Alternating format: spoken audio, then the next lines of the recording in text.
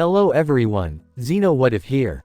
Bring in a new what if called, What If Sonic and His Friends Were in Remnant Part 1.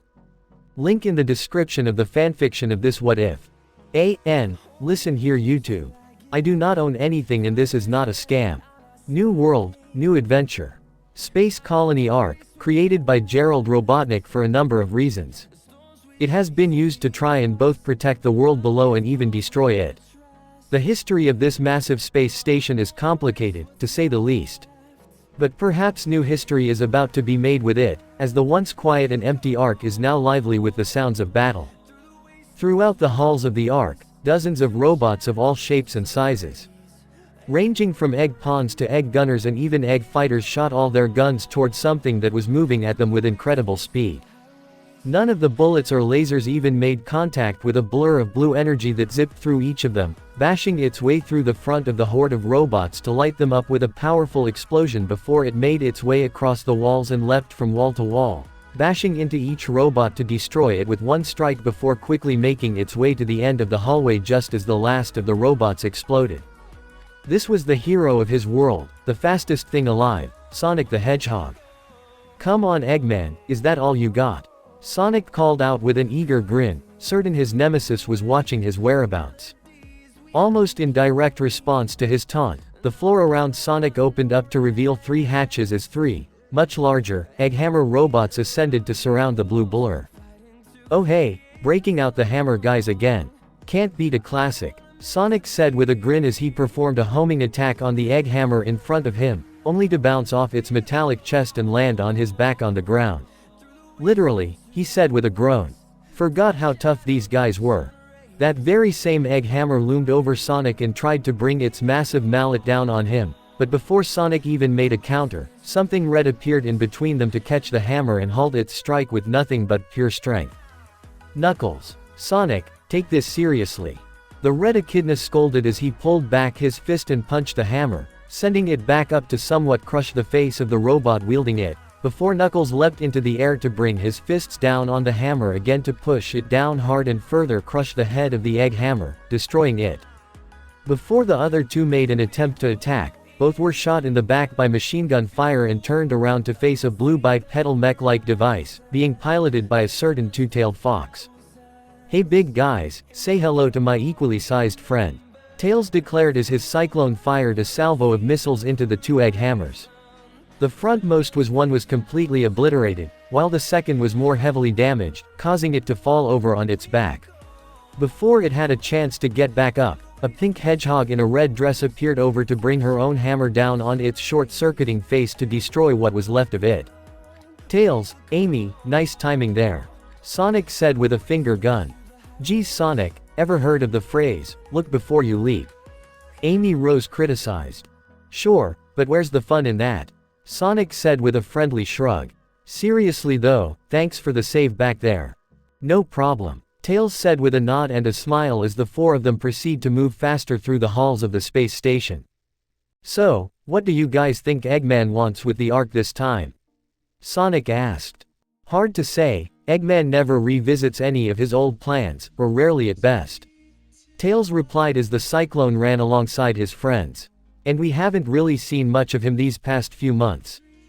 Didn't you guys say he got sucked into some kind of black hole during that whole mess with the wisps at his space amusement park or something?" Knuckles recalled.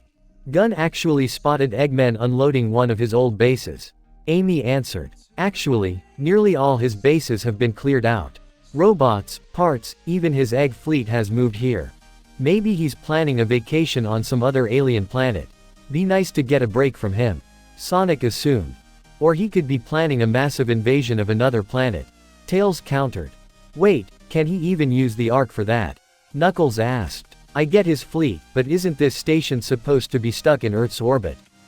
"Won't stop Eggman from messing around with it," Amy said. "Unless we stop him first. We shouldn't be far from the control room," Sonic stated as the four of them came before a large door that opened up to reveal the outside area of the Ark, which would be a direct path to the control room, except for the fact that it was currently being swarmed by over 100 badniks such as the Egg Pawns, Egg Gunners, Egg Fighters, several Egg Knights, Flappers, even the larger variety Egghammers, Egg Guardians, and Egg Cannons. Yeah, just gotta beat our way through 100 badniks. Yep, typical Eggman, Sonic commented. No, you go on ahead Sonic, the rest of us can handle it. Tails stated, reading the Cyclone's weapons. You sure? Sonic asked. We can handle these guys. Knuckles said, raising his fists. Maybe you can actually stop Eggman's plan before he gets it rolling this time. Go and be a hero, Sonic. It's what you're good at it. Amy smiled, wielding her Pico Pico hammer. Sonic smiled back, having total confidence in his friends. Have fun guys, he said before rushing at his typical speeds past the Badnik horde. Before they had a chance to respond or try and stop Sonic, Tails already opened fire on them with the Cyclone's guns and missiles, drawing their attention as Knuckles and Amy charged forward with battle cry. Let's hope Shadow and the others manage to disable the Eclipse cannon. Tails thought, best to get that out of the way before something bad happens. Meanwhile, in another area of the arc, the ultimate life form known as Shadow the Hedgehog continued to grind on the middle rail with his companions on the rails next to him. On his right was the playful yet deadly treasure hunter, Rouge the Bat. On his left was the former Badnik, now destroyer of all Eggman robots, E-123 Omega. The trio of Team Dark continued to grind across the twisting rails along the outside area of the arc, getting closer to their target of the Eclipse cannon. But of course, their way was barred by 6 flying arrow chaser robots.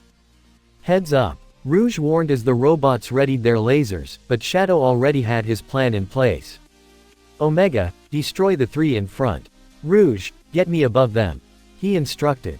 You got it, Rouge said with a smirk as she grabbed Shadow's hands and flew him upward.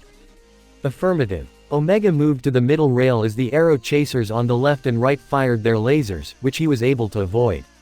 Before the middle one got a chance to fire, Omega activated his thrusters to move in close and gunned it down with his machine guns. He then switched to his rockets and extend both his arms in the right and left directions to destroy the other 2 arrow chasers. Before the back 3 moved in to take their place of their fallen, Rouge and Shadow already appeared above them as she flung him to the one in the middle, before performing his own homing attack to destroy it. Rouge then spun her body around to build up momentum before delivering a powerful kick to the face of the right egg arrow chaser, decapitating it and sending it falling, leaving Shadow to drive a lance of red chaos energy into the chest of the final arrow chaser, destroying it. The 3 came to the end of the twisting rail, allowing them to leap off and move toward a platform where a pack of egg gunners and egg pawns, with an E-2000 in the center, all aimed their weapons at them. However, Shadow and Omega already launched a volley of chaos spears and missiles respectively to obliterate all but the E-2000, which Rouge tried to attack with a kick, but the E-2000 brought up its shield to block her attack before she leapt over its head to land behind it just as Shadow and Omega landed at her sides. Bye-bye. Rouge waved with a smirk, as the bomb she had placed at the back of the E-2000's head exploded, destroying it. All Eggman robots have been eliminated from the area. Omega reported. Eclipse cannon less than a kilometer ahead. Good, so keep going. Rouge asked her team's leader, who didn't answer right away as he stared from the platform to the bright blue planet down below. Hey, Earth to Shadow. You okay? I'm fine, Shadow responded. Rouge gave a brief, yet sympathetic sigh. Hey, look, I get it's not exactly easy being back here. After, you know, everything. There's nothing to say, Shadow said, turning back. We need to focus on the mission, anything else can wait. Right, but when it's all done, you know you can talk to us, right? Rouge offered. Shadow only gave a small nod in response, but it was all she needed to hear as a small smile formed on her face. Query. If the Eclipse cannon is the most dangerous weapon present, why was it not simply destroyed beforehand? Omega asked. This way Eggman and others like him would not be able to use it again. Can't just blow the whole thing up without taking out the whole arc. Rouge answered. Best to disable it first, and then have Gun finally dismantle that damn thing. Agreed, Shadow said. While he still viewed the arc as sacred ground, and he understood why the Eclipse cannon had to be built, it was best to have it dismantled now that the main reason for its existence has long been destroyed. Aside from keeping a powerful weapon out of the hands of dangerous individuals, he knew deep down it is what she would have wanted. Let's keep moving, the ultimate life form instructed as he and the rest of Team Dark proceeded onward. Meanwhile, at the Ark's control center of the Eclipse Cannon, the overweight, bald, and mustached mad scientist known as Evo Robotnik, as well as Dr. Eggman, continued to work at the central computer with his 2 robotic assistants present as well. All preparations are set, Dr. Orbot said. We'll be ready to proceed upon your word. Oh, this is so exciting. Cubot exclaimed. I wish I had a mouth and stomach, so I can eat loads of popcorn. Good, good. Eggman rubbed his hands together anxiously with a mad grin on his face. Now it's finally time to give it up. All 3 whirled their heads around to see Sonic leaning casually at the entrance to the control room. Hey Eggman, been a while. Sonic casually waved. How have you guys been since last I saw you? Oh, we've been great, thanks for asking. Cubot replied. In fact, we actually. SSHH. Orbot shushed his fellow robot. Don't give it away. Nobody likes spoilers. Ah, Sonic. Eggman smirked at his nemesis. So glad of you to join us. But it doesn't matter that you're here, you're still too late. The gear's already turning. My latest genius plan is. Whoa, time out. Sonic made a T with his hands, stopping Eggman's speech. Before you start monologuing about your scheme, can I say something real quick? Eggman growled at the blue hedgehog, not too keen on being interrupted. You're going to, anyway. Look, I actually like ya, Doc. Sonic began. And by, like ya, I mean I like destroying all your robots and saving the world from your grand delusions, but we've been at this forever. And I gotta tell ya, it's starting to get old. Pardon me? Eggman questioned. I mean, there's already a pattern to this whole thing. Sonic continued. You get this big idea to conquer the world and/or universe. You invent some crazy new contraption, or find a way to harness alien technology, cosmic energy, or some ancient Aztec whatever. I show up to try and stop you, sometimes bringing my friends along, even make new ones. We fight, big explosions, then when you and I go at it, whatever you've been messing around with proves to be too much for you to handle and ends up unleashing some kind of giant Lovecraftian monster or something that threatens to destroy the world and/or universe, and I gotta bust out the Chaos Emeralds and go gold to clean the mess you made, sometimes you even help out. Then we get the big explosive finale and you run off shouting something like, I'll be back, Sonic the Hedgehog, and we get a couple months off before we do the same thing all over again. Did I miss something? Well, there was that whole incident with the black arms. Orbot added. The boss wasn't responsible for that mess. And Shadow was the one who went all gold and saved the world there. Cubot also added. True, but you get the idea. Sonic replied before turning back to Eggman. Well Doc, what you say? As much as I loved our adventures together, after a while of the same thing, it starts to get really old. So, why don't we just skip the final boss this time around and you come along quietly and save us the apocalyptic hassle? Quote. After a speech like that, one would think someone as short-tempered as Eggman would blow a fuse and threaten to pull out his own mustache in frustration. However, rather than throw a temper tantrum, Eggman said 2 words that the blue blur would never hear out of his nemesis' mouth. You're right. Saywa. You're right, Sonic. Eggman answered. We've been doing this whole song and dance routine thing for years, and I'm just about sick of always losing and wasting all that effort only for you to come tearing it down. So, you're actually gonna surrender this time? Sonic asked. Hardly. Eggman scoffed. I'm actually reconfiguring the Ark to serve as method of transportation. He then pressed a button on the console, causing a large metallic pillar-like device to rise from the center of the control room, revealing 7 glowing colorful gemstones that Sonic recognized instantly. With the power of the Chaos Emeralds, I'll be able to transport the entire Ark and my egg fleet to an entirely new world, and I'll use that as the new foundation for the Eggman Empire. He declared with a maniacal laugh. Sonic gave an annoyed sigh, rubbing his hand down his face. Somehow, I'm not surprised. You do know I'm just gonna follow you and kick your butt there, right? Oh, my beloved blue nemesis. Eggman walked forward and leaned in close toward Sonic's face. I'm counting on it. Before Sonic even had a chance to respond, something attacked him. Something that moved at such insane speeds and carried him away from the control room, leaving Eggman alone with his robot helpers once more. Boss, are you sure about this? Transporting the Ark to an entirely new dimension?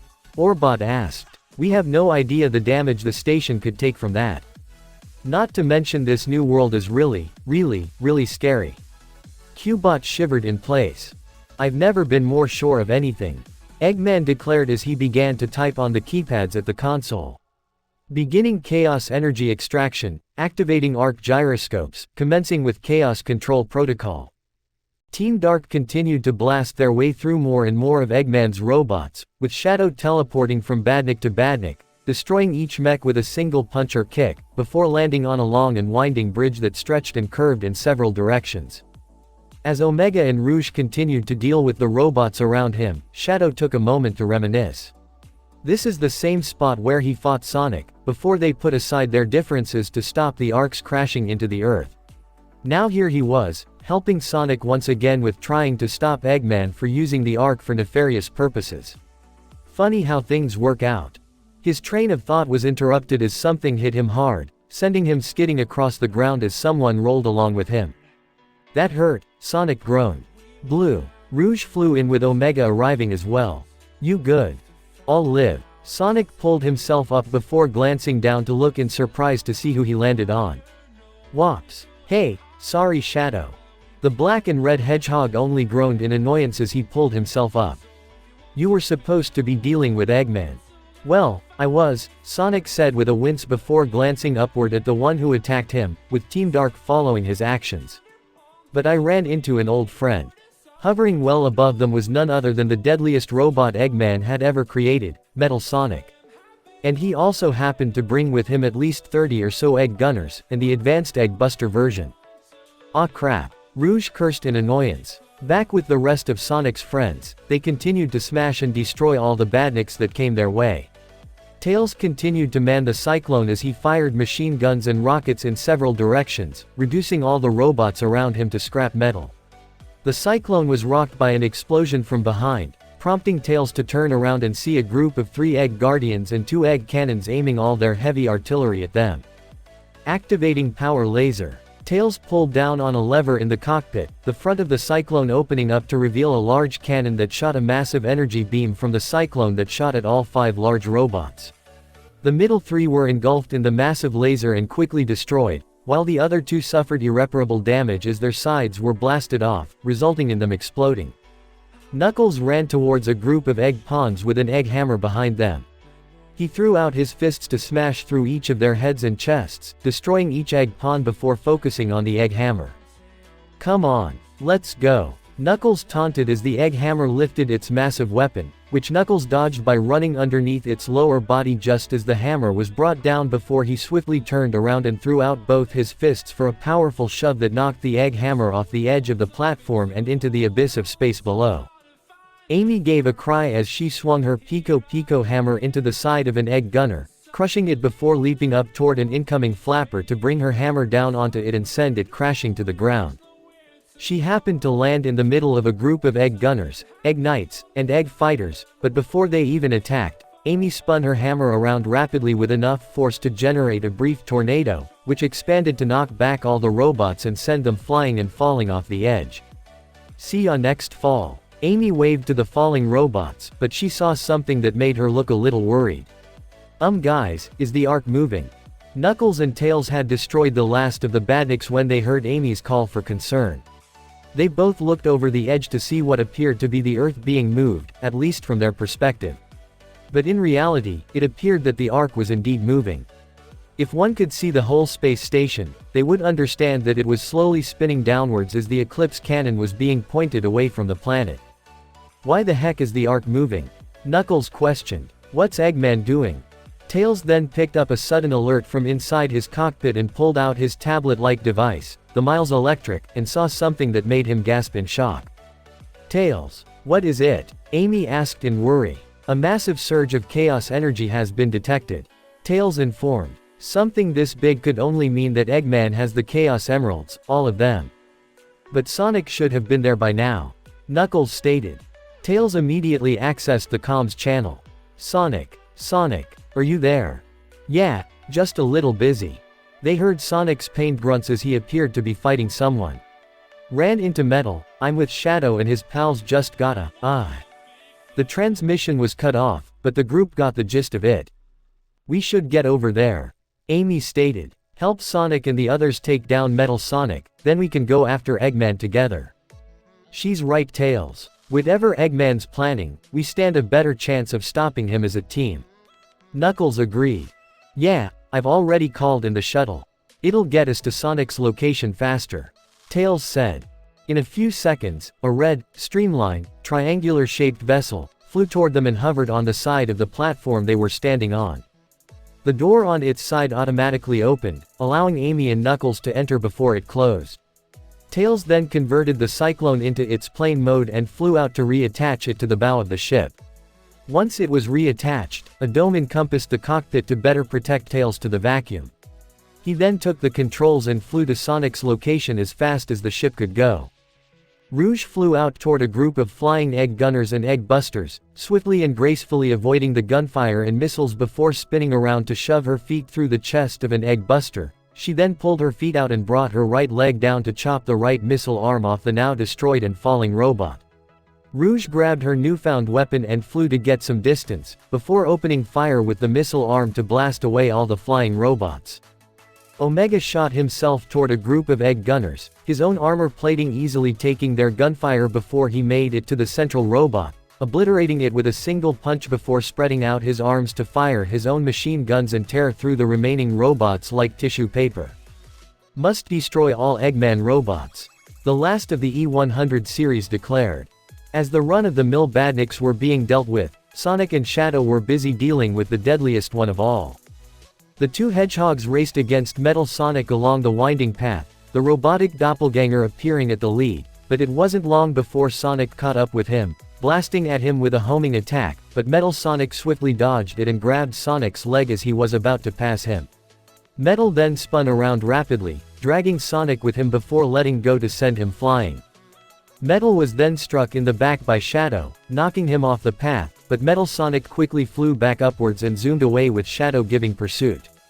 The Black Hedgehog quickly caught up to him and threw out a series of Chaos Spears, but Metal quickly activated his black shield to protect himself from the attack. When he deactivated the shield, Shadow had caught up and lashed out with a volley of quick punches and kicks, but Metal reacted to all of them with perfect precision, using his metallic hands to block and parry each strike before going on the offense himself, striking Shadow with a swipe to the face, followed by a roundhouse kick to knock him back. Hey! Metal was hit on his head by a homing attack from Sonic, disorienting him. Don't forget about me. With his robot double dizzy for a moment, Sonic laid out a series of homing attacks to strike Metal Sonic in all directions and send him skidding along the ground as Shadow recovered. Let's get him in the crosshairs while he's down. Sonic called out, to which Shadow nodded. Both hedgehogs leapt into the air and prepared to strike him with a double homing attack, but before their attacks struck, Metal Sonic had recovered and supercharged his own internal circuits to unleash his V. Maximum Overdrive attack. A massive and powerful energy field surged around Metal just as Sonic and Shadow struck, shocking them both and the force of the impact sending them both crashing across the ground in a smoking heap. Damn it, Shadow cursed as he and Sonic attempted to recover, knowing Metal would have to recover from that attack as well. He happened to glance over the edge and looked in surprise to see the Earth was no longer in view. The only way that would be possible was if the Ark was moving, but why would Eggman move the Ark? You were with the Doctor. The ultimate life form got Sonic's attention. What did he say his plan was? I'm certain he told you, the egomaniac that he is. Sonic winced, knowing Shadow wouldn't like the answer. Well, he has all 7 Chaos Emeralds and is planning on using them to transport the entire Ark and his whole fleet to another world. What? Shadow exclaimed in shock and anger, but they had little time to dwell on that as Metal Sonic had fully recovered and went on the attack again. Control room. The Ark is in position, boss. Orbot reported from a small console. The coordinates are locked, and the Eclipse cannon is primed and ready. Time to say bye-bye to Kansas. Cubot added. Ho, ho, ho, ho. Eggman laughed eagerly. Then let's not keep my future subjects waiting. Fire. He slammed his fist down on the button that would trigger it all. The 7 Chaos Emeralds began to glow brightly, a powerful aura of pure energy surged around them and throughout the entire system of the control room. Orbot and Cubot shook with fear as many of the computers were starting to short-circuit, but Eggman wasn't worried, in fact he looked more excited than ever before. Outside, the Eclipse cannon opened as it charged up with bright green energy, just before it shot out a massive beam that appeared to be heading straight into deep space. However, it didn't get very far before the beam stopped and opened a massive portal that was about as big as the Ark itself, if not bigger. The portal acted somewhat similar to a black hole as a powerful vortex began to suck up everything into it.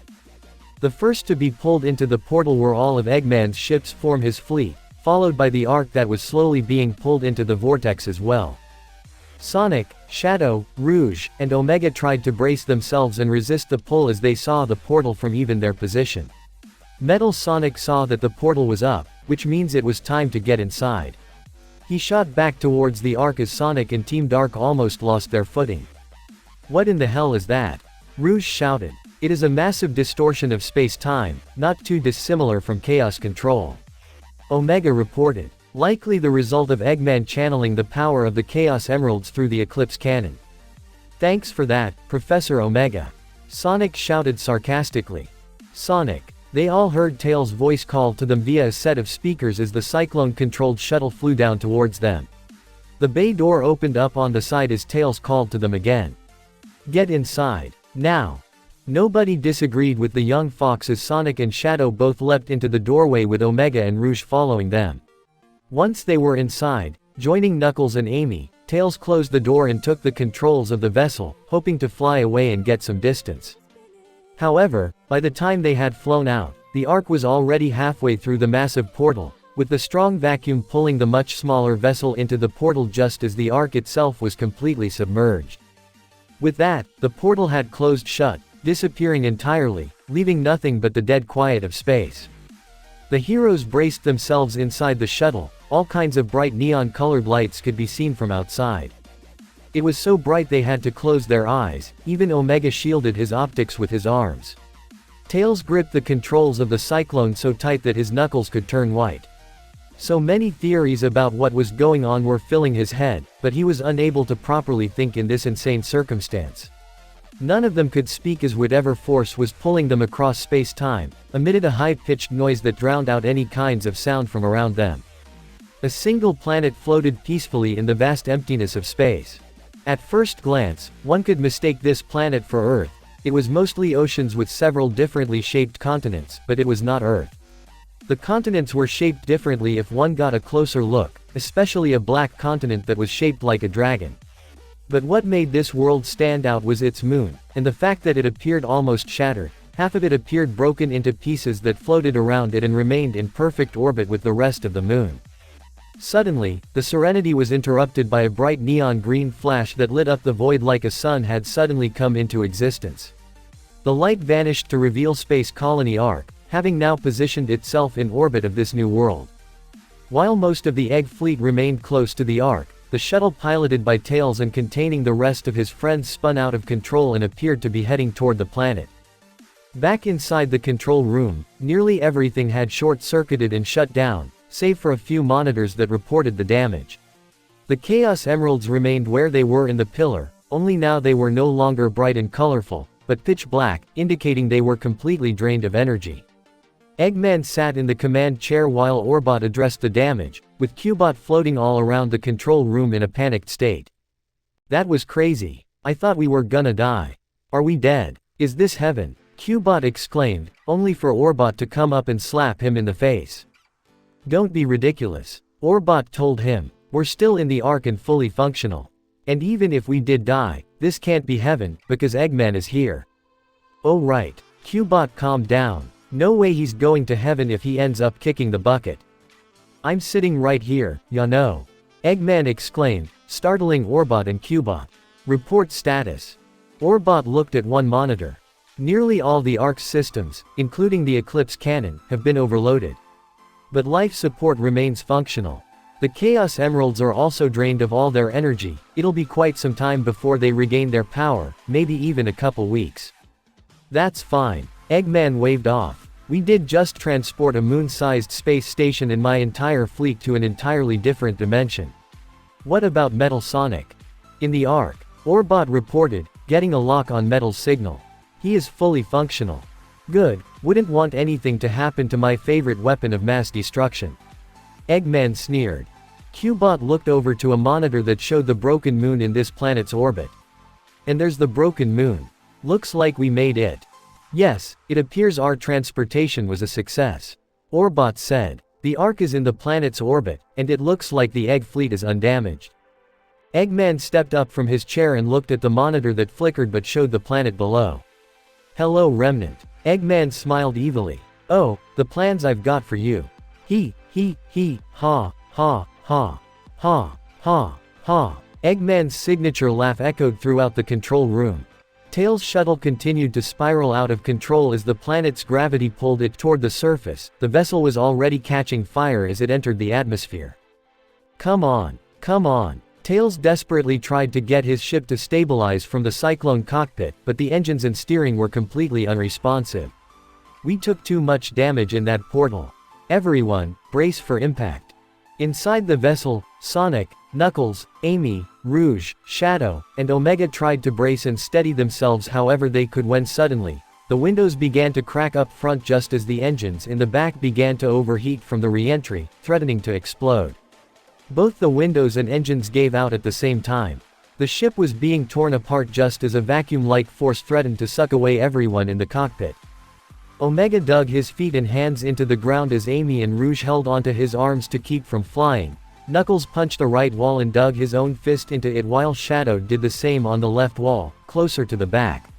However, Sonic was not so lucky. Being the closest to the window, the suction force pulled him out of the vessel, much to his friend's shock. Sonic! Amy cried out, trying desperately to reach out to him, but he was already too far gone. From outside, Sonic fell through the dark clouds and away from the flaming vessel that continued to spiral away in the opposite direction, right before it exploded even more and broke apart, much to his horror. No, guys! Sonic called out, but the dark clouds had already obscured his vision and he completely lost sight of them. Before he knew it, he fell out of the clouds and saw that the ground below was coming at him really fast. No time to plan a safe landing, Sonic curved himself up into a ball and used the momentum and gravity to his advantage as he spun around like his signature spin dash, bracing himself just before he impacted the ground, and everything went black. There was a loud ringing in his ear as his eyes slowly fluttered open. How long had he been out? It was hard to tell as he didn't get a good look at the environment around him before landing, or rather crashing. Sonic groaned as he tried to pull himself up, shaking off the flickies that flew around his head before his vision cleared up. Taking the time to assess his body first, Sonic certainly felt sore and probably had some bruises, even a few cuts, but nothing serious. None of his bones felt broken, so whatever injuries he had would heal rather quickly, which was a relief. He noticed the 10-foot deep crater he was in and quickly climbed out to get a good look at his surroundings. And that makes 2 times I fell from orbit, courtesy of Eggman. Sonic muttered to himself. I'll be sure to pay him back for that. Where am I, anyway? It was currently nighttime, evident by all the stars in the sky above him. He also appeared to be in the middle of a forest of some sort. The trees and plants that he could see appeared to be similar, if not identical, to his world. Hey Tails, you read me. Sonic tried to access the comm in his ear, but he felt a crunch with his finger. He quickly pulled out the small comm device to see it was totally scrapped. Aw nuts. Deciding to get a better vantage point, Sonic leapt to a nearby tree branch and leapt upwards from branch to branch till he reached the top. From here, Sonic could see that the apparent forest he was in stretched in all direction with almost no end in sight, save for a clearing to his west. For an alien world, it seems pretty Earth-like. No idea how long I was out, or how far away the ship crashed, but I think I could search the whole area if I. His musings were cut off by the faint sounds of screaming in the direction of the westbound clearing. He quickly leapt back down to the ground and sped his way to the source of the screams. Sonic then appeared at the top of a cliff that overlooked a valley with a rather large village in the center, that appeared to be walled off with wooden gates and barriers and was surrounded and invaded by all kinds of monster-like creatures that broke through the gates and walls. He couldn't quite see the monsters from his location, but he could scarcely make out moving patches of black and white, as well as hear the monster-like growls, even a wolf-like howl. Tails and the others have been through worse before, they can handle themselves. Those people look like they're in trouble.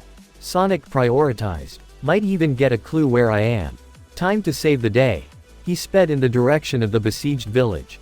Run. Everyone inside. Creatures of Grimm have breached the walls. Several people ran inside their houses and barred the doors shut as dozens of monsters had invaded and ran through the village. Most of them had the appearances of werewolves, others took the form of large bears, but they all shared the same black fur, bone-white outer armor, and evil red eyes. Beowulfs and URSAS. One man with a shotgun exclaimed as he and several other people armed with guns and spears tried to fight them off, but they found themselves outnumbered as they fell back to the center of the village, where a wounded mother, who was unable to get to her home, was clutching her frightened young girl. The people could only look in terror as they were surrounded by the creatures of Grimm, and this terror appeared to have caused the Grimm to grow even more excited. "Mommy," the little girl looked to her mother in terror. "I'm sorry, baby," the mother clutched her child tightly as she, and the armed men and women, prepared for the end. Suddenly, a blue whirlwind encircled around the people, preventing the Grimm from getting in any closer. They, and all the people looked around in surprise before the wind stopped and the mother and her child looked toward the source of the phenomenon. "My, that's a whole new batch of ugly," Sonic commented with a grin. Before the people, or even the Grimm, made a move, Sonic was already on it. He struck with a homing attack toward a Beowulf, crushing its skull in one hit before zipping his way over to another to do the same, and then back and forth around the circle to crush and obliterate all the Grimm in this area of the village, blasting his way through the chest of the last Beowulf of the group, leaving a gaping hole in its chest before it disintegrated into black vapor. "Everyone all right?" Sonic turned back to all the people, who could only look with wide and circular eyes. "You all get inside somewhere, I'll clear out the rest of the village." But the man at the front was too slow as Sonic was already gone, leaving a trail of blue energy as he made his way all around the village. Every man and woman in this area were left completely speechless, save the little girl in her mother's arms as she could only look in wonder, a sense of hope filling her being. Sonic ran at his usual speed, a blue aura surging around him as the force of his momentum bashed away every Grimm he came into contact with, sending them flying into the air to crash down hard on the ground with enough force to disintegrate. He noticed a trio of Ursai cornering a group of people. Sonic struck with a spin dash through the center Ursa's back, shooting himself straight through. He then turned to the other two. Before they had a chance to strike, Sonic spun around to unleash his blue tornado attack, creating a vortex that pulled both Ursai up into the air before he leapt up to deliver a series of airborne homing attacks to destroy the two Ursai before they even hit the ground.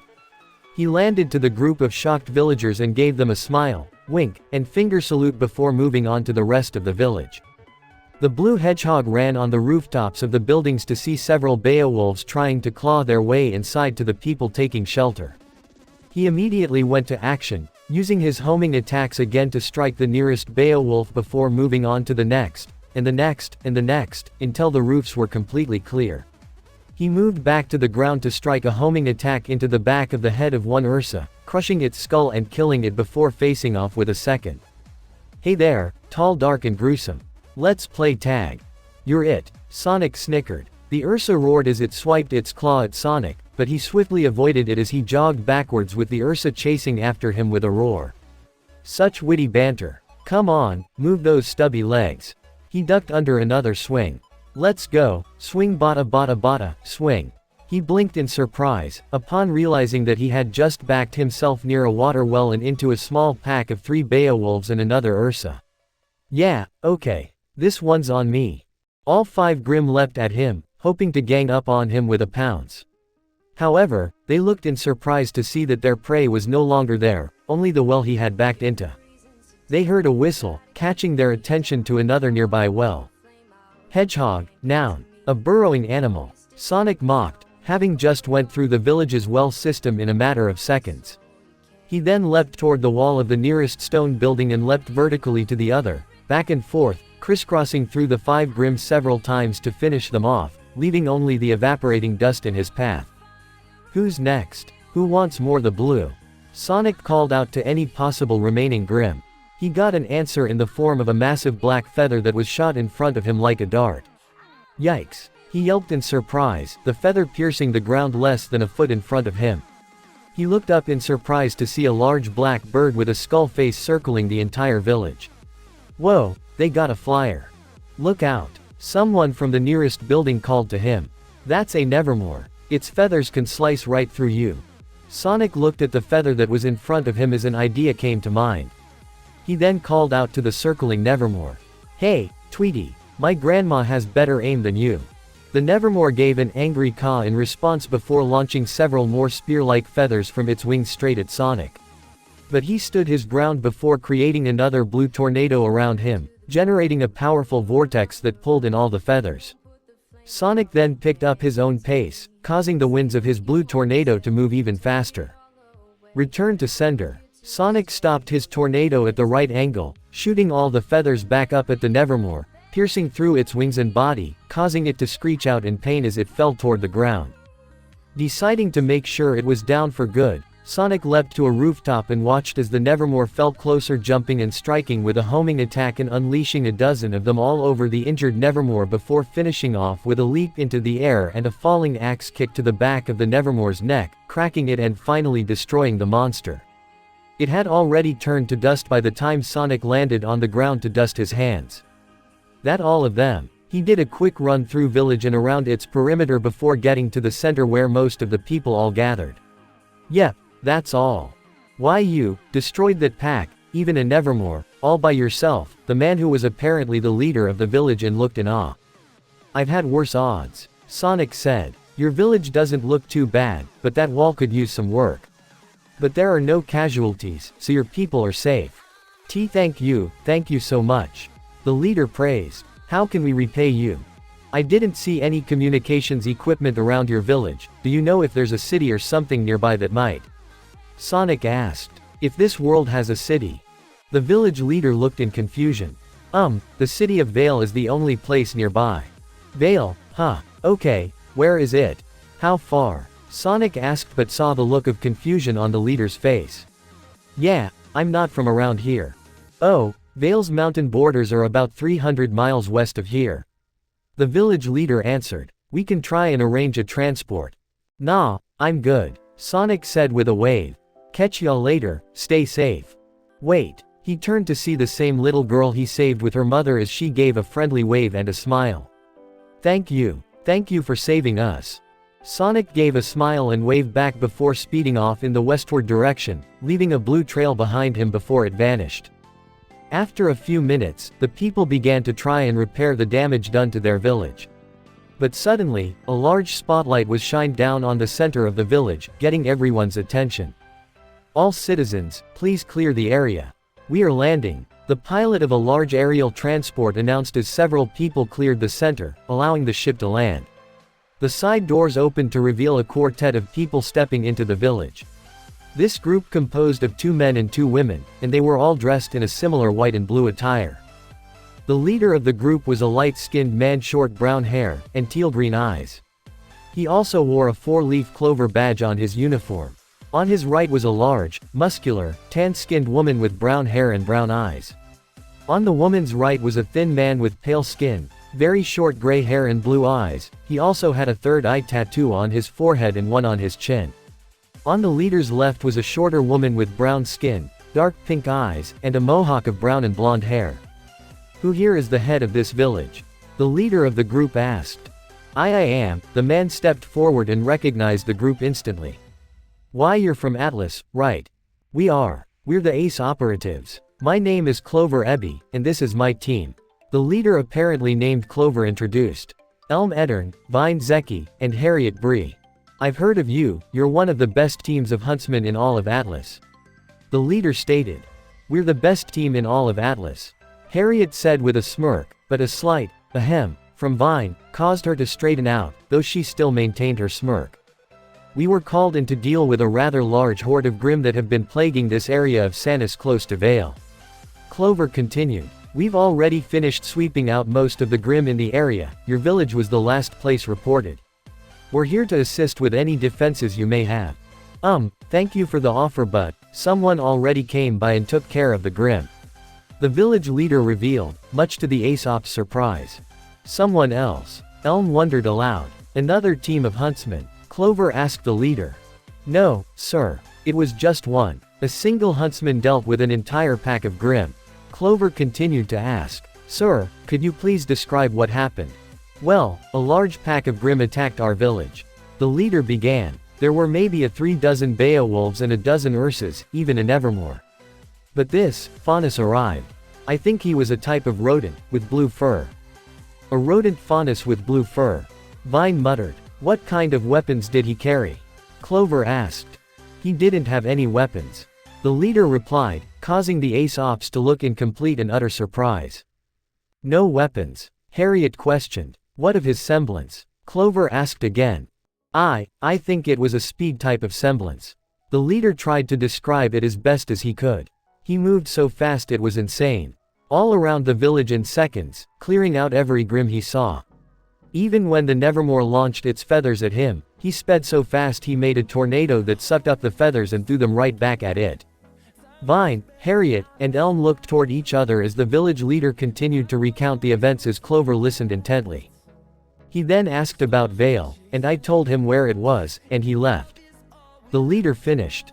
Did he have some form of transportation? Clover asked. No, he ran in the direction of Vale.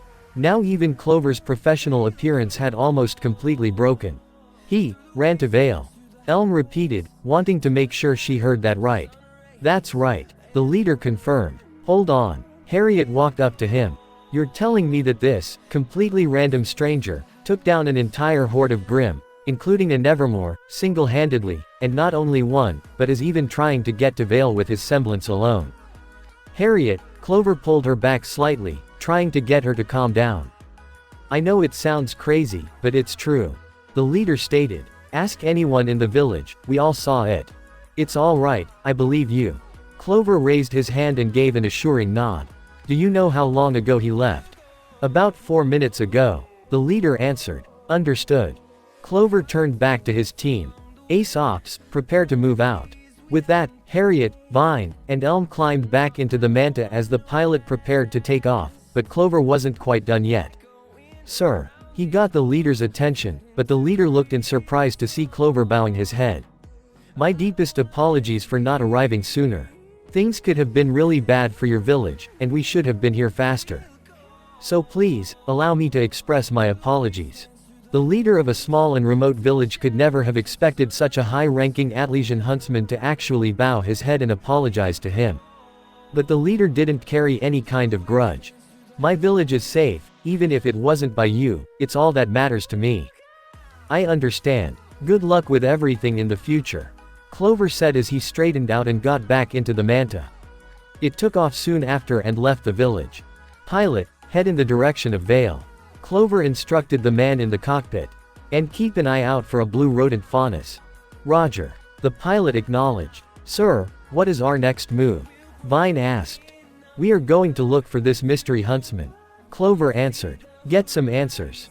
If he was able to destroy a horde of Grimm by himself, he must be a strong one. Elm commented. And if his semblance is capable of getting him to Vale.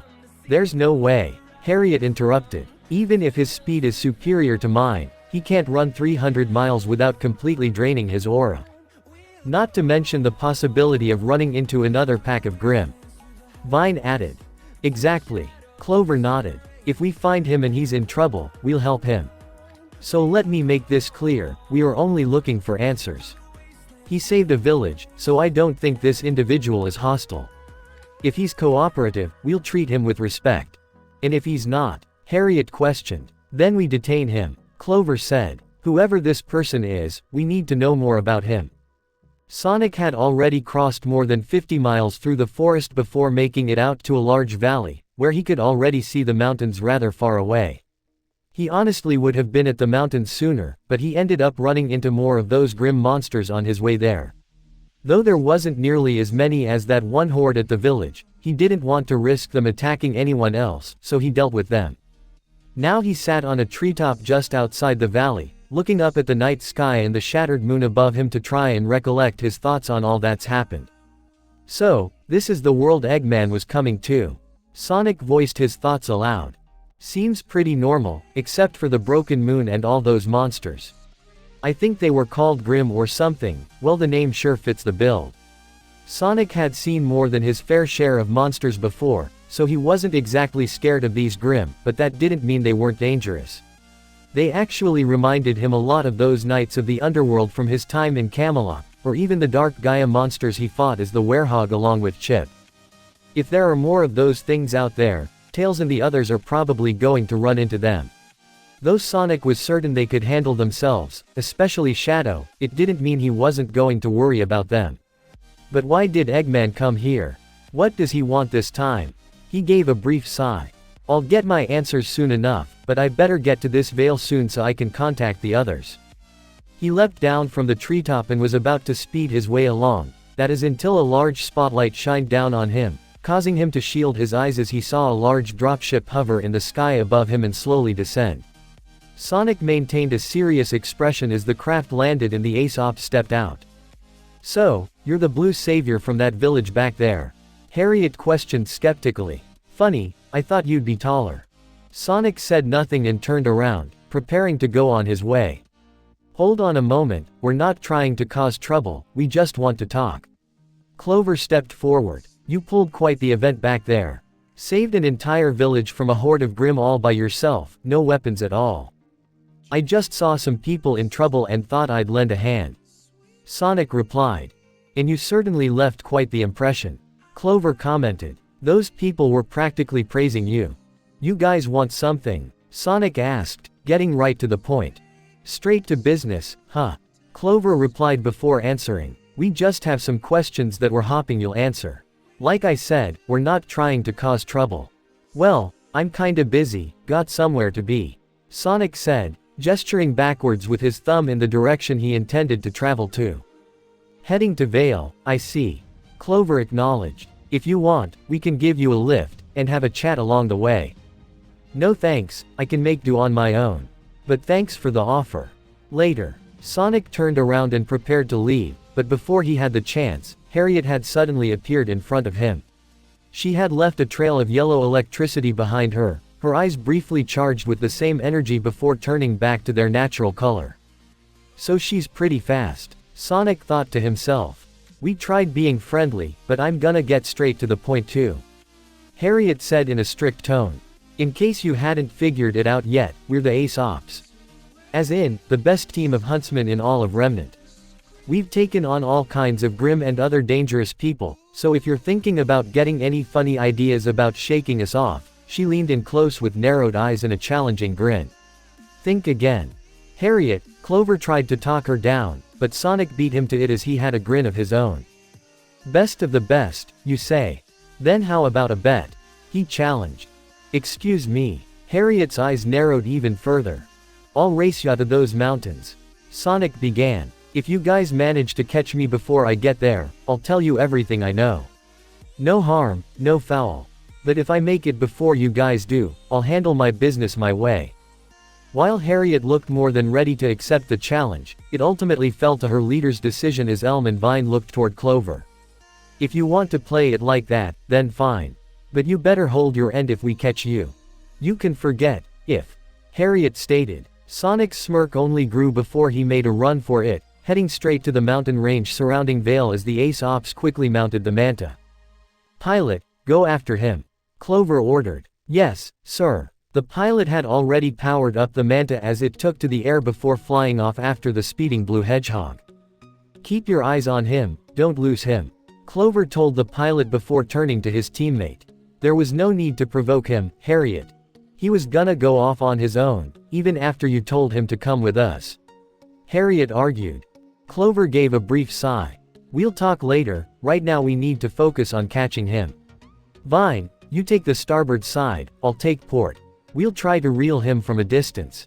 Understood. Vine nodded as the side doors to the flying Manta opened, with Clover and Vine taking the left and right sides respectively as Clover took out his weapon, Kingfisher. The Manta flew close to the ground with Sonic just ahead, the spotlight trained on him.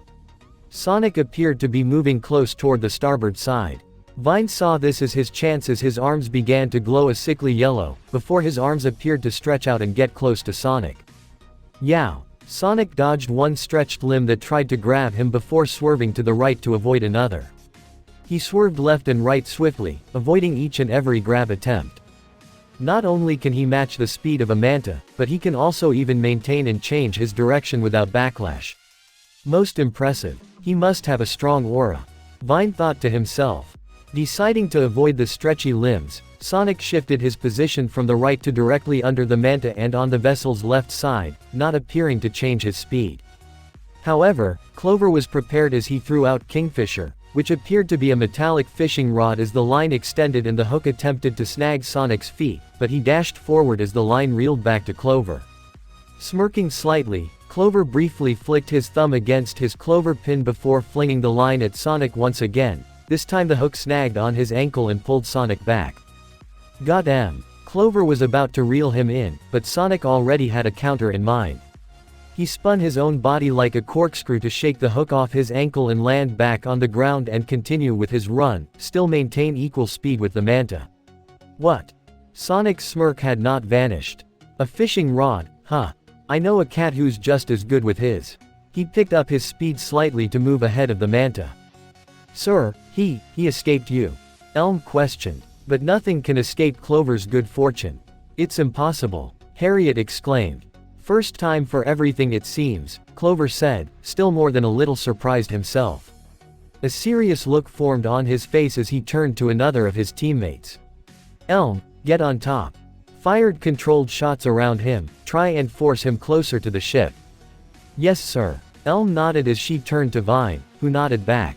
She ran and leapt out from the starboard door of the manta, but Vine was able to catch her with his aura vines and stretched them to place Elm on the roof of the manta, where she rooted herself in with her aura roots before drawing her own weapon, Timber, which was in the form of a double-barrel rocket launcher. She looked through her target scope and fired a single rocket at Sonic's left, forcing him to move toward the right before she fired another at his right, forcing him closer to the center and closer toward the manta. I get what they're doing. Sonic thought before he decreased his speed and moved under the manta. Elm turned around, looking through her scope and expecting to see him behind the ship, but that was not the case. What in? I lost him, Elm exclaimed. Pilot, do you see him on the radar? No, ma'am, the pilot reported over the comms. He couldn't have just vanished, Elm said, looking around. Where could he? Ahem. She turned around and looked down with wide and circular eyes to see he was standing casually behind her, on top of the manta as well. Hiya. He waved in a friendly fashion. Acting on pure instinct, Elm's timber converted into its hammer mode and she swung it at him, but Sonic jumped back to avoid it. Whoa, so that's a bazooka and a hammer. Awesome, he said with a grin. Thank you. Elm smiled back, taking pride in her weapon before swinging horizontally at Sonic again, but he leapt toward the rear of the ship to avoid the swing. You're pretty quick too. Quick enough to know you're not actually trying to hit me with that thing. Sonic replied. No, but I thought it might discourage you a little. I don't like hitting little guys. Elm said. Totally cool of you, Sonic said with approval, but even if you were serious, I don't think you could hit me. He ran towards Elm as she tried to swing at him again, but Sonic limboed and slid underneath the swing and stopped just over the cockpit. And that's not me being cocky or anything, I just got lots of experience avoiding girls with hammers. He said before jumping from the front of the manta and resuming his run, speeding ahead slightly and moving toward a rockier area as they were nearing the mountains. He's playing with us, Elm stated as she climbed back inside the ship from the upper hatch near the cockpit. Oh, nobody treats the Ace Ops like chumps. Harriet growled. Let me catch him, sir. She told Clover. I can use the speed of the manta to boost my semblance. I'll use the terrain to outpace him and grab him before he hits the next clearing. Harriet, if you push your super speed too far for too long, you know it will drain your aura. Clover told her. Then I'll catch him before then. You know I got the best speed semblance around, let me use it. Harriet stated. Clover gave a brief nod. Go. Harriet then moved to the port side of the manta and took a stance like a professional track runner. Yellow electricity surged around her before she smirked and leapt from the ship and sped off the moment that she hit the ground, leaving a trail of electricity behind her as she ran. Just as Sonic entered the area of rocks, he glanced behind to see Harriet was catching up to him. So, you want an actual race, huh? Okay, let's go, he told her before picking up his speed a little bit with Harriet chasing after him. From a bird's eye view, one could see a blue wind-like surge being chased by one of yellow electricity, both maintaining an equal amount of speed. Sonic ran up a curved rock wall and bounced from rock to rock, while Harriet sped underneath him, trying to push her speed even farther and beat him to the next rock just as he made contact. She ran up it and prepared to grab him, but he leapt over her and fell in an upside-down position, making brief eye contact as he still smirked, which caused her to scowl even more before he flipped in the air and landed on the ground to speed along just as she leapt from her position and flipped in the air herself to land and continue her pursuit. Sonic weaved through a lone line of rocks and boulders, leaving a curving S-like trail while Harriet sped up one rock and leapt from rock to rock, pushing her speed further. However, the more she pushed her speed, and the faster she went, the more her aura drained. Too much strain and her aura would shatter, but taking such risks was part of the job and she would never fail her duty. Harriet leapt to the ground and was about to catch up with her quarry. She would catch him no matter what. However, once she caught up to him, she saw something that almost made her stop in her tracks as she audibly gasped. What? It was the blue hedgehog, running backwards. He was running backwards. His arms crossed, the same a confident and unflinching smirk was practically glued to his face. What in the actual hell? Harriet stuttered. Harriet, she heard Clover call to her as the manta descended to her level. Come aboard now. I can still catch him. She called back. That's an order. Your aura's almost completely drained. Clover ordered. Already, her pink-colored aura was starting to flicker. It felt like it could snap and shatter at any moment. So, with great reluctance, Harriet used one final speed boost to leap up toward the manta where Elm caught her and helped her inside just before she collapsed in exhaustion. Just what the hell is he? Harriet said in between breaths. Sir, we're nearing Vale's mountain border. The pilot reported. If he gets in there, we won't be able to find him. Clover made his way to the cockpit and looked out the window to see a pass in the mountains was coming up and their target was heading right toward it. Playtime is over. If they were going to catch him, it was now or never. Fire your missiles at the mountain, cut off his path. Clover ordered the pilot. Yes sir. The manta fired a volley of missiles that shot over the surprised Sonic and flew towards the sides of the mountain pass before exploding and causing a rockslide from both ends that threatened to close off the path. Either he'll stop or be forced to change directions, which should slow him down enough for us to catch him. Clover thought. There's no way he can clear past that rockslide in time. This time, we've got him for sure. However, Sonic did the exact opposite of what Clover had hoped. He didn't stop or even slow down, he sped up. He moved with such speed that the second he reached the pass before the rocks hit, the sound barrier shattered, creating a large enough shockwave that it blew away all the rocks and boulders in all directions. Several were heading toward the manta. Brace yourselves. The pilot shouted as he pulled up on the manta, flying straight upwards to avoid the flying rocks. Clover almost fell backwards but was able to catch the wall. Elm rooted herself to the ground and caught Vine, who stretched his aura limbs to the sides of the manta as the doors closed. Harriet grabbed onto Vine's stretched right arm to avoid getting tossed back. The pilot soon stabilized the manta as everything calmed down and nobody was hurt. Whether it was due to the pilot's skills, coincidence, or Clover's good fortune semblance, anyone could guess, but nobody was complaining. Good work, pilot. Clover put a hand on the pilot's shoulder and gave a smile.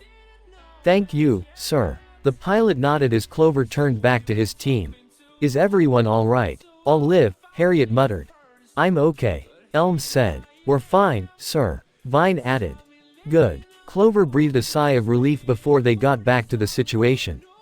What in the world just happened? Elm questioned. That was a sonic boom. Vine said, his voice in slight awe. He broke the sound barrier. No speed semblance has ever accomplished anything like that before. Well, what are we waiting for? Let's go after him, Harriet stated. No. Clover shook his head, much to Harriet's surprise. No. He already made it into the mountains, we can't find him in there. Clover explained. And with his speed, I think it's safe to say he probably made it into the city by now. If he was fast enough to surpass the speed of sound, there is nothing we have with us that can catch and contain him. And on top of that, we agreed to his terms. His terms? Harriet questioned. If we were to catch him before he reached the mountains, we would talk. But if he made it to the mountains first, he'd handle himself by himself. Clover recalled. We agreed to that, and we lost. We need to honor our end. But, Harriet tried to protest, but Elm interrupted her. Clover's right, and I don't think he was a bad guy. She said. When I tried to catch him, it looked like he was having fun. Like actual genuine fun, even complimented my weapon. He even saved a village from a Grimm attack beforehand. Vine added. I don't believe he has any malicious intentions either. So, we just let this go. Just forget about it, Harriet questioned. No, we don't forget about it. Clover told her. I agree with Elm and Vine that I don't believe this individual is hostile, and like I said, we don't have a means to catch and detain him. That said, I would be a fool not to be concerned. Then what is our next step? Vine asked. We get in touch with General Ironwood. Clover answered. James will want to know about this. Sonic had entered the city of Vale and appeared in a small business-like district as he sat on a rooftop over the street. Well, that was fun. He said to himself. Those guys were pretty good. Cool weapons and they even got some weird powers. He recalled how they said they were the best huntsman team in all of Remnant. The way they were talking though, it sounds like there are other people like them. Can everyone in this world do what they did? He quickly discarded that theory, as those people in that village he saved didn't have any kinds of special weapons or powers. So not everyone was that skilled, but it did sound like there were a lot more people who could fight like that. People called huntsmen. Well, Eggman sure picked one heck of a world to try and conquer. These huntsman guys certainly won't make it easy for them. He commented as he looked out at the city. So, this is Vale. Seems pretty decent, looks a lot like a normal city back home. His thoughts were suddenly interrupted by the sound of glass shattering on the street just below. He looked down to see several men in black suits wielding red swords surrounding a girl who looked just barely in her teens. She wore a black and red dress with black tights and boots, along with a red hooded cape. He could also see she had black hair with red tips, but what really stood out was the large red mechanical scythe she carried casually over her shoulder. She spun it around like a master before pointing it at the man who appeared in charge of the black-suited thugs, a man in a white suit and a black bowler hat with a cane in his hand and a cigar in his mouth. Get her, the man ordered his thugs. Sonic was about to step in and help, knowing these guys were likely trouble, but the girl already made a move first. Her blade dug in the ground, she held onto the pole and spun around to deliver both her feet into the face of the first man who charged her. She pulled out her weapon as she landed when the other men tried to attack her, but she pulled on a trigger and fired what appeared to be a large gun built into the scythe, giving it an extra boost as she swung her scythe to strike another goon and send him flying. As she spun it, she brought the back of her weapon down on the back of a third guy, slamming him face first into the pavement. Ouch! Sonic winced slightly, but he also grinned at the show. One goon pulled out a machine gun and shoot at her, but she zipped away with a boost of her own speed, dodging the gunshots before going on the attack herself to trip up the gun-wielding goon and dug her blade into the ground again to spin herself around and leap up to kick the falling man down before landing on her feet. Sonic couldn't help but give an impressive whistle. Nice, she's good. Got a little speed on her side too, and that scythe thing is also wicked cool. Is she a huntsman? But she looks like a kid. Well, Red, his attention was caught by the goon's boss as he faced the girl. I think we can all say it's been an eventful evening. He dropped his cigar on the ground and squashed the bunt with his cane before aiming it at her. And as much as I'd love to stick around, I'm afraid this is where we part ways. His cane fired a large fire-like projectile at her, but she avoided it with a shot from her scythe that propelled her into the air just as the projectile exploded on the ground. She landed and looked to see the man had vanished. The boss climbed up a fire escape ladder to the top of a certain building, but just as he reached for the upper ledge, a gloved hand grabbed his own. Hey, need a hand? Sonic said before spinning around, taking the boss with him before letting go to send him crashing into a smokestack, denting it. The man groaned as he pulled himself up to see the smirking hedgehog. Snazzy little performance, ganging up on a kid like that. Mind your own business, Faunus boy. Dude, that is the weirdest insult I've ever heard. Sonic commented, not knowing what the word, Faunus, meant. Just then, the girl in red appeared on the rooftop as well, looking toward Sonic in surprise. "Hi there, nice little show back there by the way," he greeted casually. Thanks." However, their attention was caught by a large aerial transport that appeared over the side of the building, shining a spotlight on both of them. "Huh, déjà vu," Sonic commented. He knew it wasn't the same type of vehicle the Ace Ops had, but this was the second time tonight this thing had happened to him. The side door opened as the boss quickly climbed in before facing the pair with a smirk. "End of the line, red and blue." He held out a red crystal before throwing it at their feet. "Really? He's throwing rocks?" Sonic questioned. "Watch out. That's fire dust," the girl exclaimed. "Fire what?" Sonic questioned just as the man shot from his cane again at the crystal, causing it explode, almost encompassing the whole roof. However, neither Sonic nor the girl were hurt as someone else had arrived on the scene. It was a woman with blonde hair, fair skin, green eyes under a pair of glasses. She wore a white long-sleeved top with a black and purple cape, a black pencil skirt, black-brown stockings, and black boots. She held out what appeared to be a wand and projected from it a violet-colored glyph-like shield. Whoa, Sonic looked more than a little impressed while the girl next to him was in awe. She then flicked her wand to send several purple-colored bolts at the transport, shaking it up quite a bit and knocking the man back. "We got a huntress," he told the pilot in the cockpit, who got up from her seat and forced him to take the controls. The woman threw out her wand again to send a bolt over the plane, before a black storm cloud appeared over it, which began to rain down large ice crystals over the vessels, further damaging it. The three of them could scarcely make out a woman inside the ship as she stood just behind the open doorway. They couldn't see her face, but they saw her red skirt, long legs, and black heels. She then thrusted her palm forward to send a stream of fire the blonde woman's way, who conjured another shield to protect herself. The ground suddenly lit up and was about to explode, but Sonic quickly ran to carry her out of the way just before a column of flames arose from where she was standing. "You good?" Sonic asked as he put her down. "Yes," the woman answered simply before resuming her attack. She held out her wand to catch the fragments of the rooftop that exploded, spun the wand around to reform the fragments into a large javelin, which she shot at the craft, but the red-clad mystery woman inside thrusted her palms forward again to send scores of flames to break apart the javelin. The blonde woman however quickly reformed her javelin again and shot it at the vessel, but it was angled so that it slid off the top and missed, but she was able to break the fragments apart again and form multiple chain-like constructs which spun around the vehicle to try and trap it. Dang, she could give Silver a run for his money, Sonic thought. However, the barrier was broken apart as a wave of fire and heat shot out from around the transport, incinerating the fragments. The younger girl chose to help as she converted her massive side into a medium-length rifle, which she shot at the vessel, but the woman inside seemed to block it with an invisible barrier. However, this gave Sonic an idea. With the bad guys distracted, he used his speed to leap on the rooftop behind the transport. He then leapt and delivered a homing attack at the right wing of the transport, dislodging part of it and causing the transport to careen out of control. Sonic spun himself in the air and launched himself toward the open hatch to try and grab the bad guys inside, but the mystery woman threw out both her arms to send a column of flame at him, forcing himself to spin dash in midair and halt his attack. His spin dash blew the flames around him so he wouldn't get charred, but he lost his momentum and fell back on the rooftop the girl in red and blonde woman were both standing on, where they watched as the transport landed and skidded to a halt on the street below.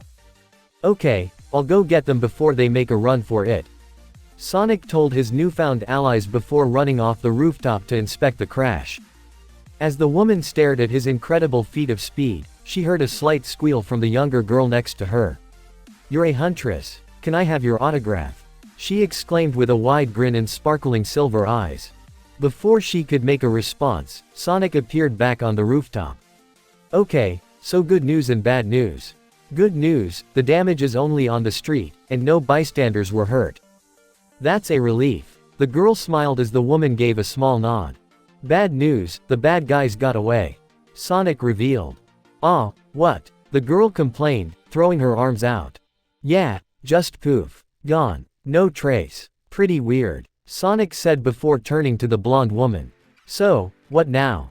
Before they knew it, Sonic and the girl sat at a table in a dark room with a single light shined over them as the blonde woman gave a lecture. The girl had the decency to look ashamed, while Sonic appeared bored for the most part. Granted, he could have just ran off like he did with the Ace Ops, but given how he directly involved himself, he was just as responsible as the girl next to him, so he had to do this. I hope you two realize that your actions tonight will not be taken lightly. The woman, apparently named Glinda Goodwitch, scolded. They started it. The girl exclaimed. I got no excuse. Sonic said with a slight finger wave. I got in the fight, and the plane crashing was my fault. Glinda gave a small sigh as she looked in Sonic's direction. At least you're willing to accept responsibility. She then turned to the girl. As for you, we did get the testament from the owner of that dust shop and you helped to prevent a robbery. If it were up to me, you'd both be sent home with a pat on the back. The girl looked up with a smile, while Sonic expected a catch that would come at any second. And a slap on the wrist. She snapped her wand at the table, causing the girl to wince, but Sonic was not surprised, seeing that coming. But, there is someone here who would like to speak with the two of you. Glinda revealed, much to the girl's surprise. Even Sonic raised an eyebrow. The woman cleared the way to reveal a man clad in a dark green suit with silver hair and brown eyes behind a pair of dark spectacles. He also carried 2 trays of cookies in his hands. RWBY rose. He addressed the girl first. You have silver eyes. Huh, didn't notice. Sonic only just noticed the girl, apparently named RWBY, had eyes that were indeed silver. So, where did you learn to do this? The man asked, as Glinda showed the footage of RWBY's fight on her tablet-like device. Signal Academy. RWBY answered somewhat nervously. They taught you to use one of the most dangerous weapons ever designed.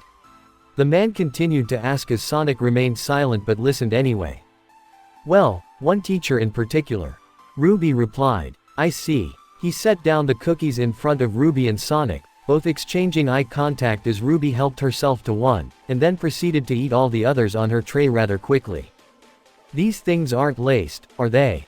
Sonic asked with a grin, which caused RWBY to stop chewing before looking more than a little nervous. The man and Glinda merely stared at him. Kidding. That was just a joke. Sonic said before helping himself to one. Not bad. The man gave a small grunt before turning back to RWBY. It's just that I've only seen one other side wielder of that skill before. A dusty old crow. RWBY gave a gargled answer that nobody understood, due to the cookies still in her mouth before she chewed and swallowed to speak clearly. That's my Uncle Kiro. He's a teacher at Signal. That's quite a coincidence, Sonic thought as he continued to listen. I was complete garbage before he took me under his wing, and now I'm all like, hiya. Woo. Yeah. RWBY made all sorts of bad martial arts sound effects and even gave chops with her hands for emphasis.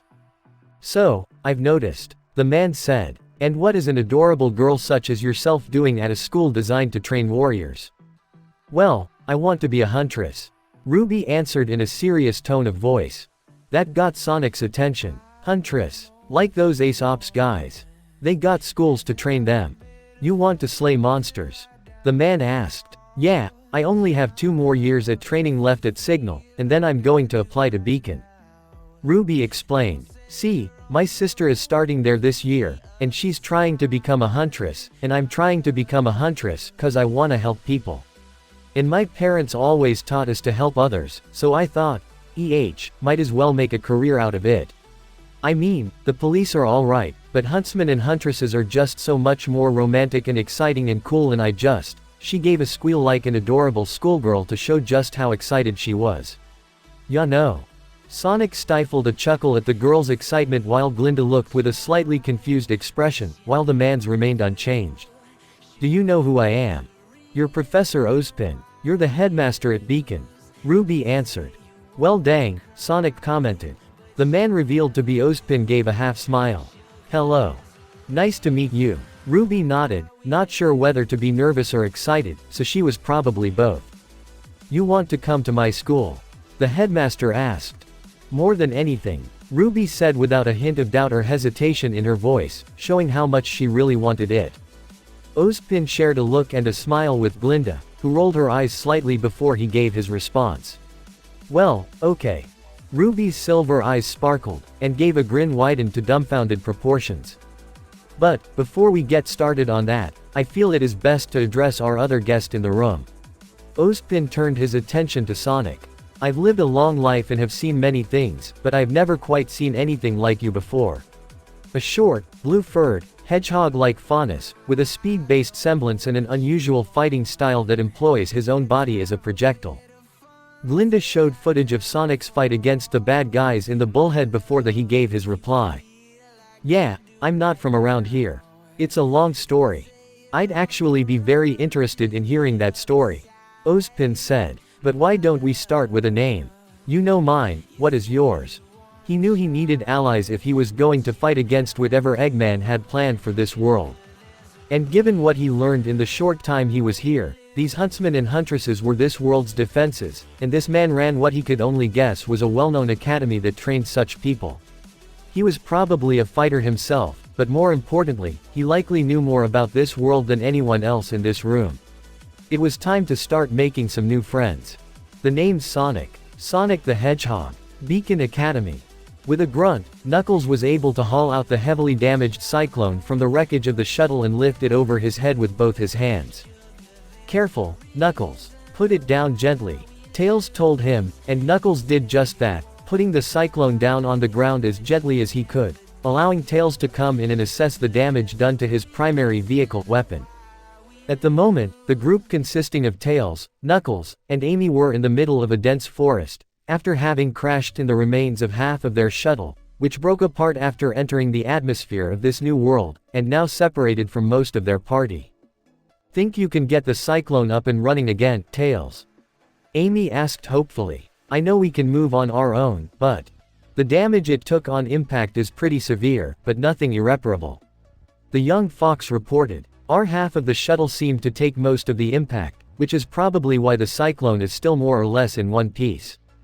Think you can maybe take some parts of the shuttle to fix up the Cyclone?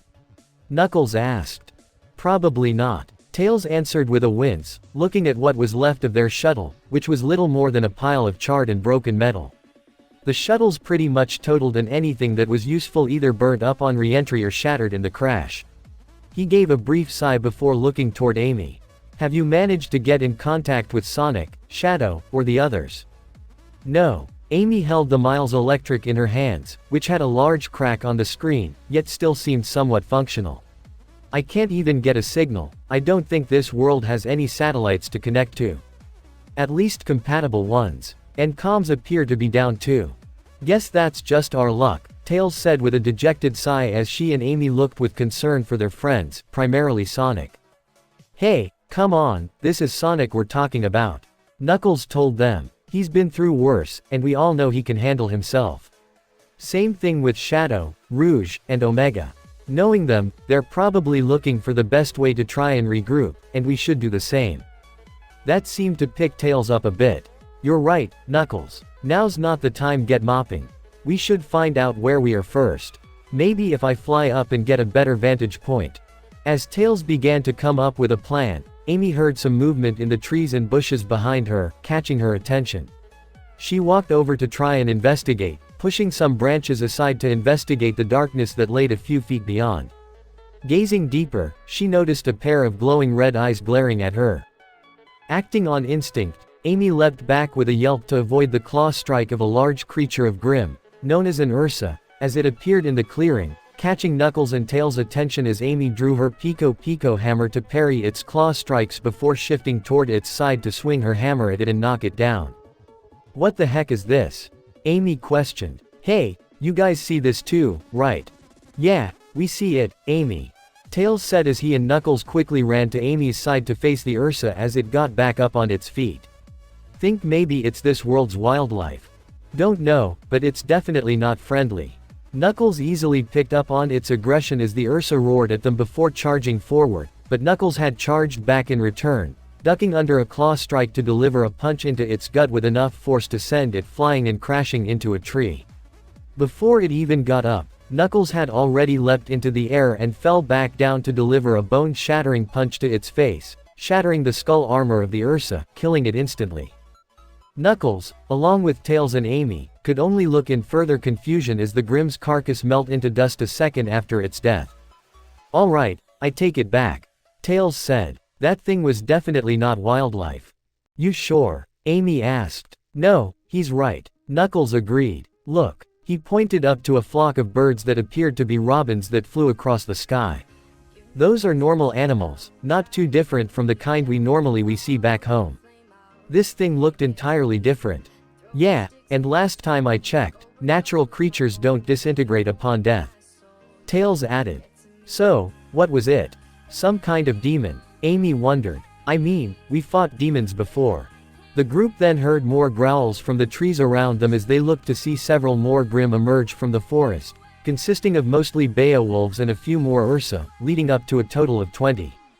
Well, he's defiantly got friends, that's for sure. Knuckles commented as the trio grouped together with Knuckles raising his fists, Amy wielding her trusty hammer, and Tails hovering above them by twirling his pair of tails. Come on, let's go. Tails declared as all three of them yelled, leaping toward the pack of Grimm who roared and charged back. Ruby Rose almost couldn't believe it. It had been her dream to attend Beacon Academy and train to become a huntress. It had been what she had been training for since she was little. And now, she was riding the massive airship that was transporting all the soon-to-be first years to the Huntsman Academy, and she was not alone either. Oh, I can't believe my baby sister is going to Beacon with me. This is the best day, ever. Her elder half-sister, Yang Xiaolong, exclaimed as she hugged Ruby. Yang was a tall teenage girl with long blonde hair, fair skin, and lilac-colored eyes. She wore a tan, short-sleeved, jacket with a yellow shirt underneath with the emblem of a black burning heart on her left breast. She had a pair of yellow gauntlets, black shorts, a brown belt with deep pockets, orange socks and brown boots. Please, stop. Ruby winced, crushing underneath her sister's hug. But I'm so proud of you. Yang praised, letting go of Ruby. Really, sis, it was nothing. Ruby tried to downplay it.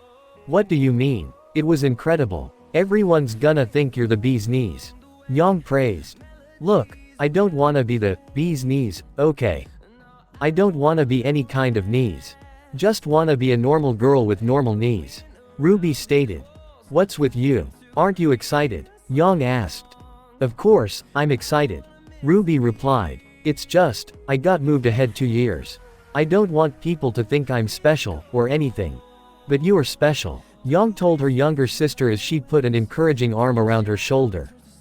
The robbery was led by nefarious criminal Roman Torchwick, who continues to evade authorities. All the students on board looked toward the hollow screen of the news report showing a mugshot of the thief she and Sonic encountered the previous night. If you have any information on his whereabouts, please contact the Vale Police Department. Back to you, Lisa. The screen shifted to a female reporter. Thank you, Cyril. In other news, this Saturday's Faunus civil rights protest turned dark when members of the White Fang disrupted the ceremony. The once peaceful organization has now disrupted. The news report was cut off to show a recorded holographic figure of Glinda, whom Ruby also recognized from the same night. Hello and welcome to Beacon, my name is Glinda Goodwitch. You are among the privileged few who have received the honor of being selected to attend this prestigious academy. Our world is experiencing an incredible time of peace, and as future huntsmen and huntresses, it is your duty to uphold it. You have demonstrated the courage needed for such a task, and now it is our turn to provide you with the knowledge and the training to protect our world. The hologram then vanished. But once it did, Ruby got a rather impressive view of the city of Vale down below. Look, you can see signal from here, she stated as Yang walked over to join her. I guess home isn't too far after all. Beacons are home, now. Yang said as she pulled Ruby in a gentle embrace. The moment was however interrupted by the sound of someone getting sick. They turned to see a young man with blonde hair, white armor over a black hoodie and blue jeans, looking like he was about to throw up. He tried to move past the girls, looking for a place to keep it all in. Well, I guess the view's not for everybody. Yang commented. It was a nice moment while it lasted. Ruby said. I wonder who we're gonna meet. Yang said. I just hope they're better than Vomit Boy. Ruby replied, but as she looked down, she cringed at what she saw. Ah, Yang. Gross. You've got puke on your shoes. Gross. Gross. Gross. Gross. Yang tried to shake it off, much to Ruby's disgust. Get away from me. Get away from me. Get away from me. Beacon Academy. It looked more like a castle than a school, and Sonic got a good view of the entire campus from the balcony of the tower where the headmaster resided. The blue hedgehog gave an impressed whistle. Nice. I know some private schools can make it look fancy, but this takes the cake. Sonic commented. I'm glad you find it so impressive, Mr. Sonic. Ozpin said from behind. Now then, if we could continue our conversation. Right. Sonic followed Ozpin back into his office, which seemed like a clock tower, evident by the sounds of gears turning all around them. Sonic had managed to give a brief explanation to Ozpin, and by extension Glinda and RWBY, on the night he met them, but upon hearing how Sonic is from a different world entirely, Ozpin suggested that the rest of the conversation be conducted in a more private setting, such as his office, and Sonic felt it was best. So, to put it simply, you and your friends hail from another world, Ozpin began, sitting at his desk. Having come here through a large portal generated from a massive moon-sized space station that was commandeered by a mad scientist who aspires for global domination. Or universal. Eggman's nothing if not ambitious. Sonic replied. I have seen a great many things in my life, many of which most people of Remnant wouldn't believe, but the idea of aliens and interdimensional beings have only existed in science fiction. Ozpin said. So, even I would find the concept of your story difficult to believe, if I weren't seeing an alien with my own eyes. Funny enough, this isn't the first time I get zapped to another world, so, it's pretty much the norm for me. Sonic pointed out. But it's the first time I've been called something like a faunus. So, what is a faunus anyway? A faunus refers to a special type of human, who has animalistic traits such as cat ears, a wolf's tail, lizard skin, or even feathers. Ozpin explained. But their traits are more subtle. At least compared to you, who appears more animalistic than human. Are all your friends like you? Most of them. One of them is actually a robot. Sonic pointed out. I see. Ozpin chose to accept that. But, back to the matter at hand. You believe this, Dr. Eggman, has come here to try and conquer Remnant. Oh yeah, that's kind of his thing. Sonic explained. Eggman's pretty much the mix of the mad scientist and world conqueror trope. His smile vanished though. But seriously, he's incredibly dangerous. He's got an IQ of over 300, and that's not an exaggeration, it's actually official. He's got his own army of killer robots, a massive fleet of aerial battleships, and that space station he took over has a planet-busting cannon pointing down. Seriously, the guy can threaten whole planets at a time. Ozpin was able to get a read on Sonic's voice as well as his body language and could tell that Sonic was not exaggerating. Every word he said was true, and that caused Ozpin to look with a worried and calculating expression. If what you're saying is true, then this is grave situation we find ourselves in. The headmaster of Beacon said. But one question remains. What does this Dr. Eggman seek from Remnant? For what reason has he come here? No idea. Sonic shrugged. He didn't exactly give an evil monologue about it before coming here. But even though he's really crazy, Eggman always does what he does for a reason, so he came to Remnant for a reason. If I had to take a wild guess though, those monster things come to mind. The creatures of Grimm, Ozpin said. Yeah, what exactly are they? Sonic asked. You said they're all over the planet. Like your wildlife or something. No. Ozpin shook his head. We have our fair share of wildlife, but the Grimm do not qualify. Wild animals such as lions or wolves hunt and kill, but they only do so for food. The creatures of Grimm hunt and kill because it is their nature. They do not kill for sustenance, but because they seem to embody death itself. Well, that's eerie. Sonic commented, feeling somewhat disturbed. While he had encountered similar monsters in the past, it didn't mean he was used to it. And that's why your world has these huntsmen. To fight the Grimm. It's why the people of Remnant are trained to be huntsmen, or huntresses. Ozpin explained as he pulled out his scroll and pressed a few buttons to display a flat holographic map of Remnant, showing the emblems of each of the kingdoms at 4 specific locations. Humanity has lived among the Grimm for many eons and have attempted to fight them back. But it wasn't until after the end of our most recent war, that we've established a system to better keep them at bay. Remnant consists of 4 separate kingdoms, each with its own governing system and ruled by the elected council. Each of the kingdoms has many academies upon which children are not only taught basic schooling but are also trained to fight the Grimm so they are better prepared as adults. Upon graduating from this minor academies, they are enrolled into one of the 4 major huntsman academies, each one located in a different kingdom. As you know, we reside in the kingdom of Vale, which houses Beacon Academy. The kingdom of Mistral has Haven Academy, Shade Academy resides in the kingdom of Vacuo, and finally the kingdom of Atlas, formerly known as Mantle, has Atlas Academy. Atlas is widely considered the most advanced kingdom in Remnant due to its scientific advances compared to the other kingdoms. Once the students graduate as young adults from each of these academies, they are certified as huntsmen and huntresses and are tasked with protecting the people of Remnant from the creatures of Grimm as well as dangerous individuals. Sonic seemed to get the basic gist of it. What about that smaller island down there? Sonic pointed to one of the landmasses that didn't have a kingdom symbol on it. That is Menagerie. Ozpin answered. Though it is not an official kingdom, it is where the majority of the faunus population reside. Okay, what about that one up there? Sonic pointed to the final black continent. Ya know, the one shaped like a dragon. I'm guessing it's Grimm related. Unfortunately. Ozpin answered with a serious look in his eyes.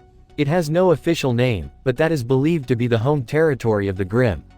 While the creatures of Grimm reside through all of Remnant, this particular location is heavily saturated with them, numbering in the millions. Anyone who has ventured into that territory has never returned. Okay, stay away from Monsterland, got it? Sonic said before looking serious. But knowing Eggman, he'll probably head straight there. If he came to Remnant for the Grimm, he'll try to grab a bunch of them and try to weaponize them. There have been many foolish people who have tried to use the Grimm for their own purposes in the past, Ozpin said. Each attempt has only led to catastrophe, claiming many lives.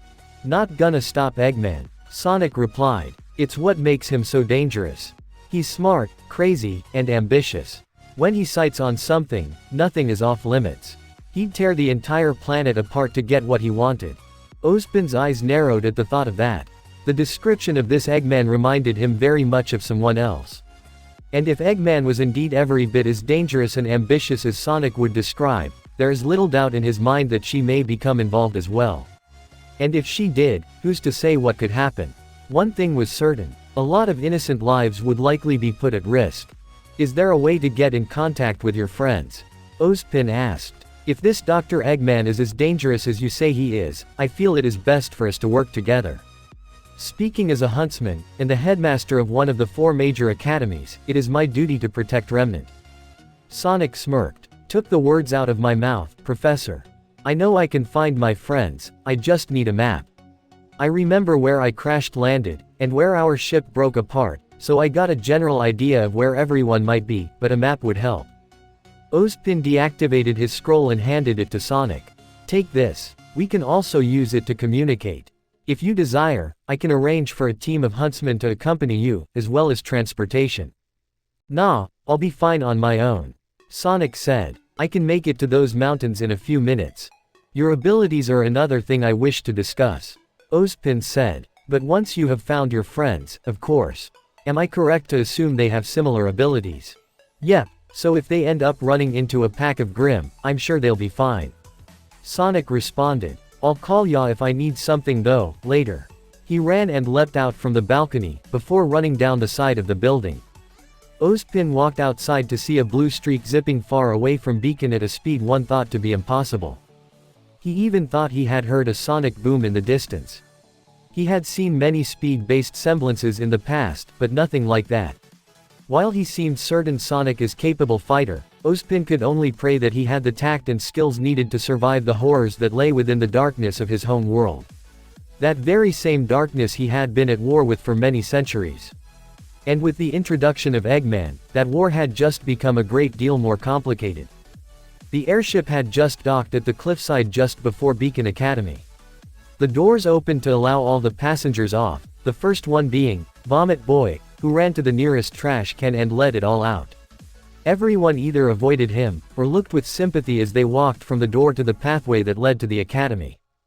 RWBY and Jaune walked through the courtyard and came to a stop in the middle as they couldn't help but look in awe at the massive castle that would serve as their school and home for the next few years. The view from Vale's got nothing on this, Jaune said. As RWBY looked around at several of the newly arrived students, she began to gawk and squeal like a fangirl at the vast number of weapons they had. Sis, that kid's got a collapsible staff. And she's got a fire sword. She was about to run off, but Jaune pulled her back by her hood. Easy there, little sister. They're just weapons, Jaune told her. Just weapons? RWBY questioned. They're an extension of ourselves. They're a part of us. Ooh, they're so cool. Well, why can't you swoon over your own weapon? Aren't you happy with it? Jaune asked. RWBY drew Crescent Rose and held it proudly over her shoulder. Of course, I'm happy with Crescent Rose. I just like seeing new ones, it's like meeting new people, but better. She looked down slightly, having been reminded of her own social skills, or lack of thereof. RWBY, come on, Jaune playfully pulled down on her hood. Why don't you go and make some friends of your own? Well, I did meet one person, Jaune, the guy the first told you about. RWBY recalled. You mean that so-called blue alien? Jaune asked in a playfully skeptic way. Aren't you a little old for imaginary friends? Hey, the guy's real. RWBY exclaimed. And I wasn't the only one who saw him. That Professor Goodwitch lady, and even Professor Ozpin were there. Okay, so he was real. Jaune held her hands up defensively. Still skeptical on the whole alien thing. And if you were able to make friends with him, you can make friends with other people. But why would I need more friends when I have you? RWBY asked. Well, actually my friends are here right now. Gotta go catch up. Bye. Jaune dashed away, trying to blend in with a crowd of first years, literally leaving RWBY in the dust as she spun around in the quick daze. Wait, where are you going? Are we supposed to go to our dorms? Where are our dorms? Do we have dorms? Even when she stopped spinning, her eyes were swirls, and Jaune was already long gone. I don't know what I'm doing.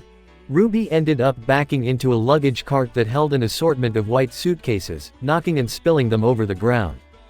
What are you doing? She looked up to see the owner of the luggage, a teenage girl with pale skin, long white hair tied back in a ponytail with a tiara, and a scar down past her eye on the left side of her face. She wore a white and light blue dress that stretched down to her thighs with a snowflake pattern at the hem, as well as a bell-sleeve bolero of the same color and pattern, and a pair of boots that were also white. She also carried a rapier-like sword at her waist. Sorry. RWBY apologized as she tried to pull herself up. Sorry. Do you have any idea of the damage you could have caused? The girl in white exclaimed. RWBY tried to hand the girl one of her suitcases, but it was swiftly taken. Give me that, she stated as she opened the suitcase to reveal the bottled contents inside. This is dust, mined and purified from the Schnee quarry. RWBY wasn't exactly following. What are you? Brain dead. She took out one of the bottles and shook it for emphasis, accidentally causing some of it to spill in powder form. Dust, fire, ice, lightning, energy. Some of the dust powder ended up getting in RWBY's face and into her nose, which the girl in white didn't seem to notice. Are you even listening to me? Is any of this sinking in?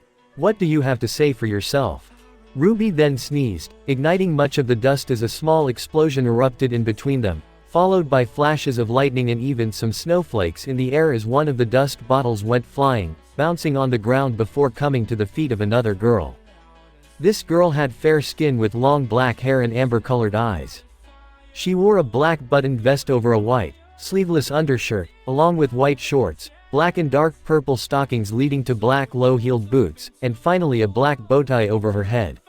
She was in the midst of reading a book when she felt something touch her foot, causing her to look down and pick up the dust bottle with curiosity before she was drawn to the yelling by the girl in white. Unbelievable! The girl in white exclaimed to RWBY, being covered in soot before shaking it off. This is exactly the kind of thing I was talking about. I'm really, really sorry. RWBY pushed her fingers together, having the decency to look ashamed. You complete dolt. What are you even doing here? Aren't you a little young to be attending Beacon? RWBY wasn't about to say how she met Ozpin and admitted her in 2 years because of her previous statement about others thinking her to be special. This isn't your ordinary combat school. It's not just sparring and practice, Jaune. We're here to fight monsters. So, watch where you're going. Hey, I said I was sorry, princess. RWBY stated, finally tired of getting yelled at. It's Eris, actually. The girl in black stepped up, still holding the dust bottle in her hand. Weiss Schnee, heiress to the Schnee Dust Company, one of the largest producers of energy propellant in the world. The girl in white, now identified as Weiss Schnee, smiled with pride. Finally, some recognition. The same company that's also infamous for its controversial labor forces, questionable business partners, and even rumors of corruption. The girl in black said with narrowed eyes. That caused Weiss to scoff in shock. Wah, how dare, the nerve of.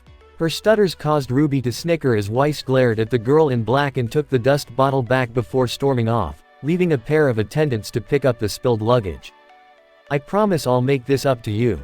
RWBY called to Weiss, but she was already gone, leaving her to sigh. I guess I'm not the only one having a rough first day. So, what's your, she tried to turn back to the girl in black, but she was already gone as well. Feeling dejected, RWBY fell on her knees and fell on her back. Welcome to Beacon. Hey, she looked up to see the same blonde boy in white armor offering a hand. I'm Jaune. RWBY, she replied as she accepted his hand and was helped back on her feet. She snickered once she got a good look at his face, however. Aren't you the guy that threw up on the ship? Hey, motion sickness is a much more common problem than people let on. Jaune exclaimed in offense as the two walked in the direction of the academy. Look, I'm sorry. Vomit boy, was the first thing that came to mind. RWBY told him. Oh yeah, well, what if I called you, Crater Face? He shot back immaturely. Hey, that explosion was an accident. RWBY stated. Well, the name's Jaune Arc. Short, sweet, rolls off the tongue, ladies love it. Do they? RWBY asked, getting the sense the last part might be exaggerated. They will. Jaune quickly said. Well, I hope they will. I mean, my mom always says that, never mind. After a slight giggle, RWBY tried to find something to strike up further conversation. So, I got this thing.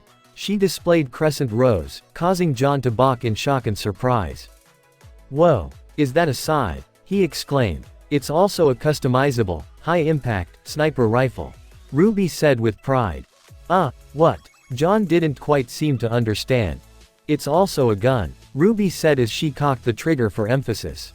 Oh, that's cool. Jaune smiled. So, what do you got? RWBY asked, her eyes trailing to the sword strapped to Jaune's belt. Oh, I got this sword. He pulled out said sword, which wasn't anything transformable, just a regular sword, but RWBY looked impressed regardless. I got a shield too.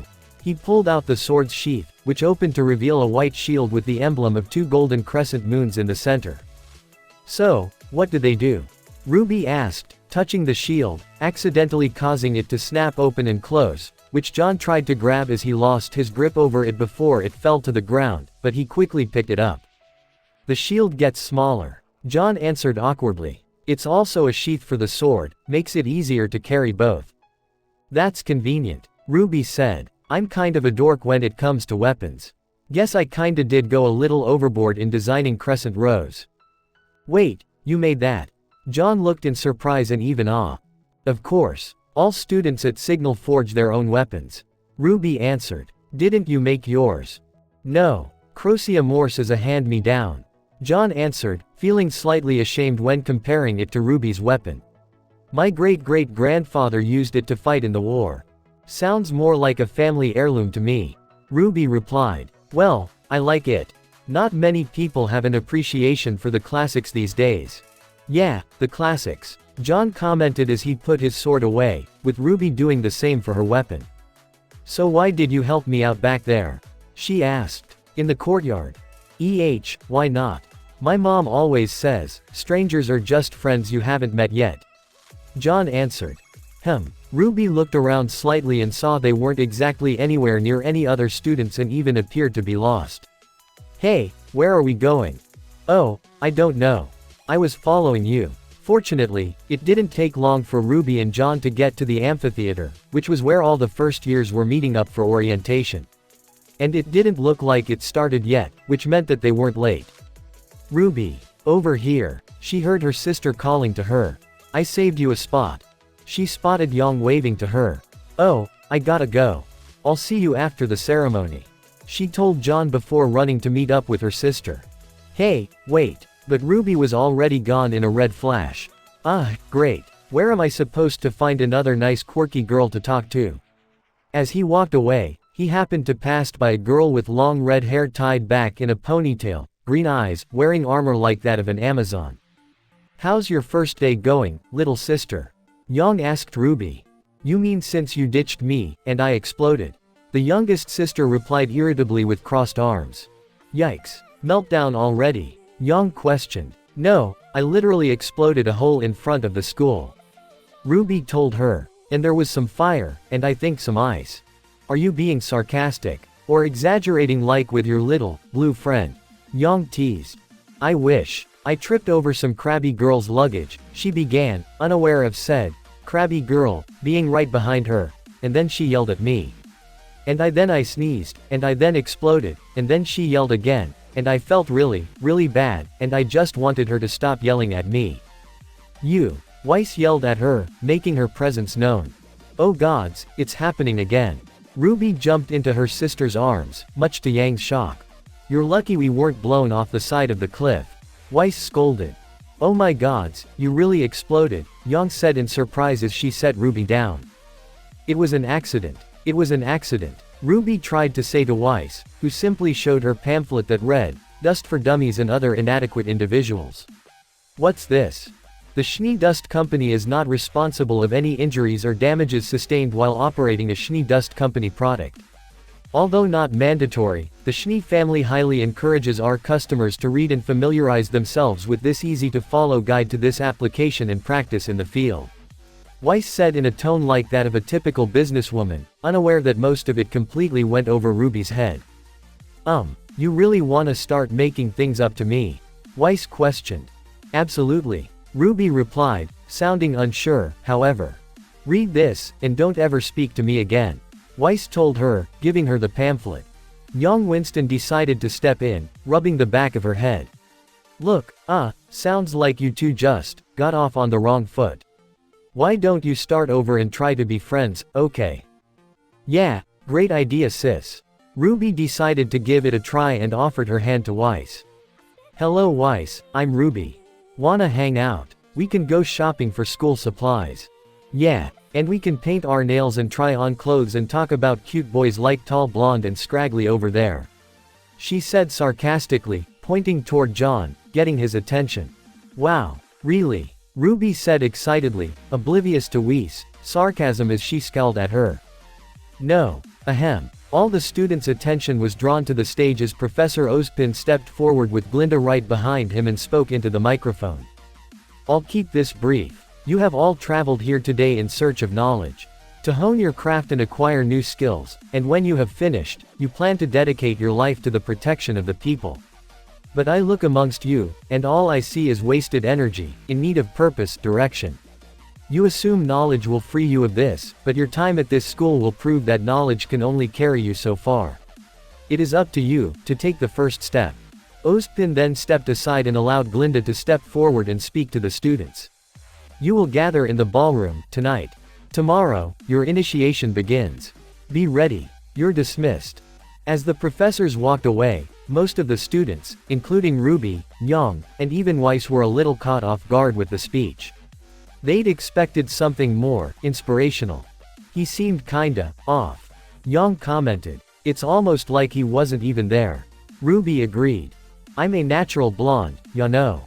Jaune said, flittering with Weiss, who simply pressed her fingers against her forehead in annoyance. Meanwhile, it was mid-afternoon and the trio consisting of Tails, Amy, and Knuckles had been fighting wave after wave of Grimm that had been drawn to them. While fighting hordes of monsters was nothing new to them, it was getting rather old really quickly. Knuckles gave a yell as he crushed a Beowulf's with a single punch before leaping to a pack of more Beowulfs and Ursai. He punched a Beowulf through its chest before throwing another fist into a second and leapt back to avoid a claw strike from an Ursa. Growling, Knuckles ran toward the pack, swiftly dodging each of their attacks with claws and fangs before making it past them toward a large tree. Knuckles grabbed the tree by its trunk and used his strength to pry it out from the ground as the Grimm tried to charge him, but Knuckles turned around and used the tree as a makeshift weapon to swipe and send the whole pack flying before turning around to the sound of more Beowulfs running in his direction, which he responded by throwing the uprooted tree at them to crush them. Tails flew over the tree line as a trio of griffins flew after him in pursuit. They appeared to close in on him, with the frontmost griffin trying to bite at him, but Tails had planned on this as he flew upward in an arc to fly behind them and sped forward, making sure to throw out his spinning tails to slice at each of their wings like a set of rotating blades, clipping their wings and causing them to fall to the ground below and crush on impact. Tails then flew toward an Ursa that roared at him before striking with a spin attack as he fell, blasting through the Ursa's chest to destroy it. Amy gave a yell as she brought down her Pico Pico hammer onto the head of a Beowulf, crushing it.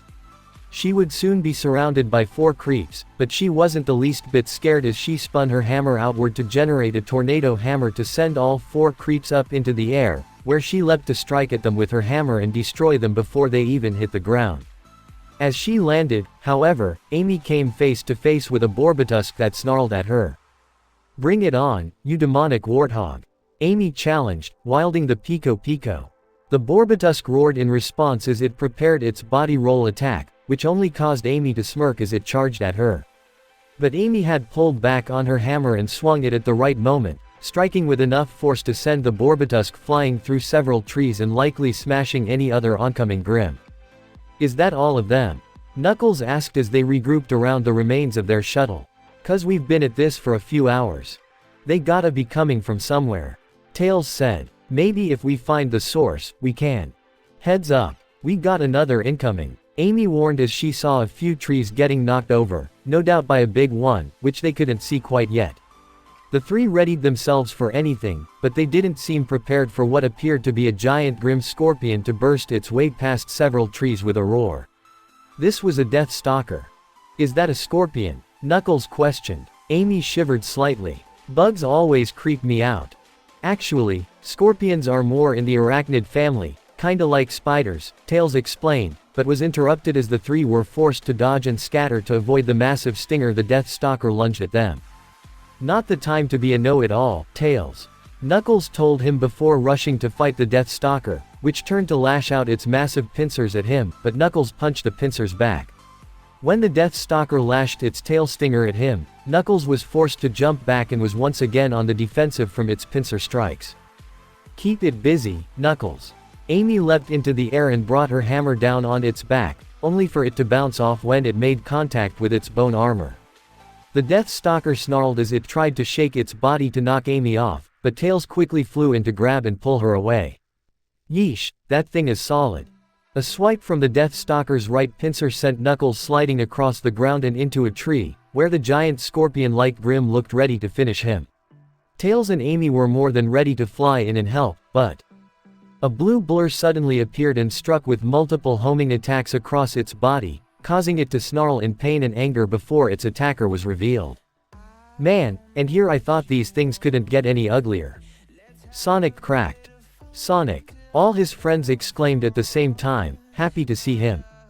"Hey guys, good to see ya, but let's save the reunion until after we take care of Scorpy Boy here," Sonic suggested as he pulled Knuckles away to a safe distance where Tails set Amy down next to them while Tails himself hovered above him. "That thing has some pretty thick armor, it's gonna be difficult to get through," Tails said.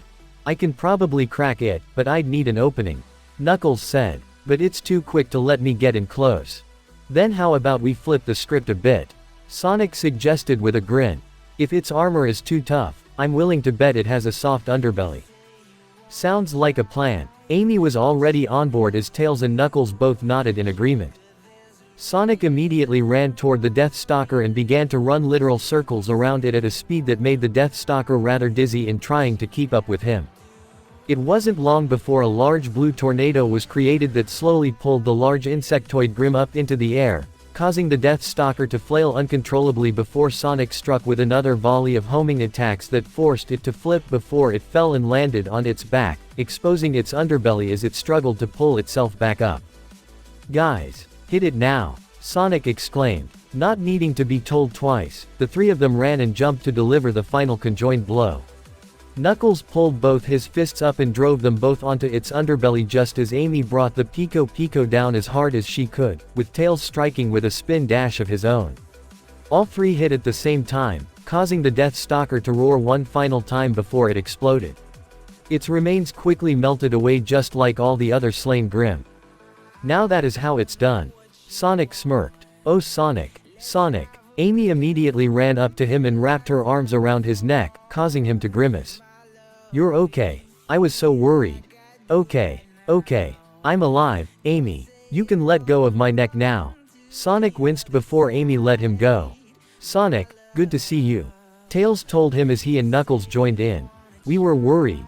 I wasn't. Knuckles brushed off. You survived worse than a fall from orbit. True. Sonic nodded. Any sign of Shadow, Rouge, or Omega? No. Tails shook his head. We haven't been able to make contact with any of them. I wouldn't worry. Knuckles said. Those three can handle themselves. Even against all those monster things.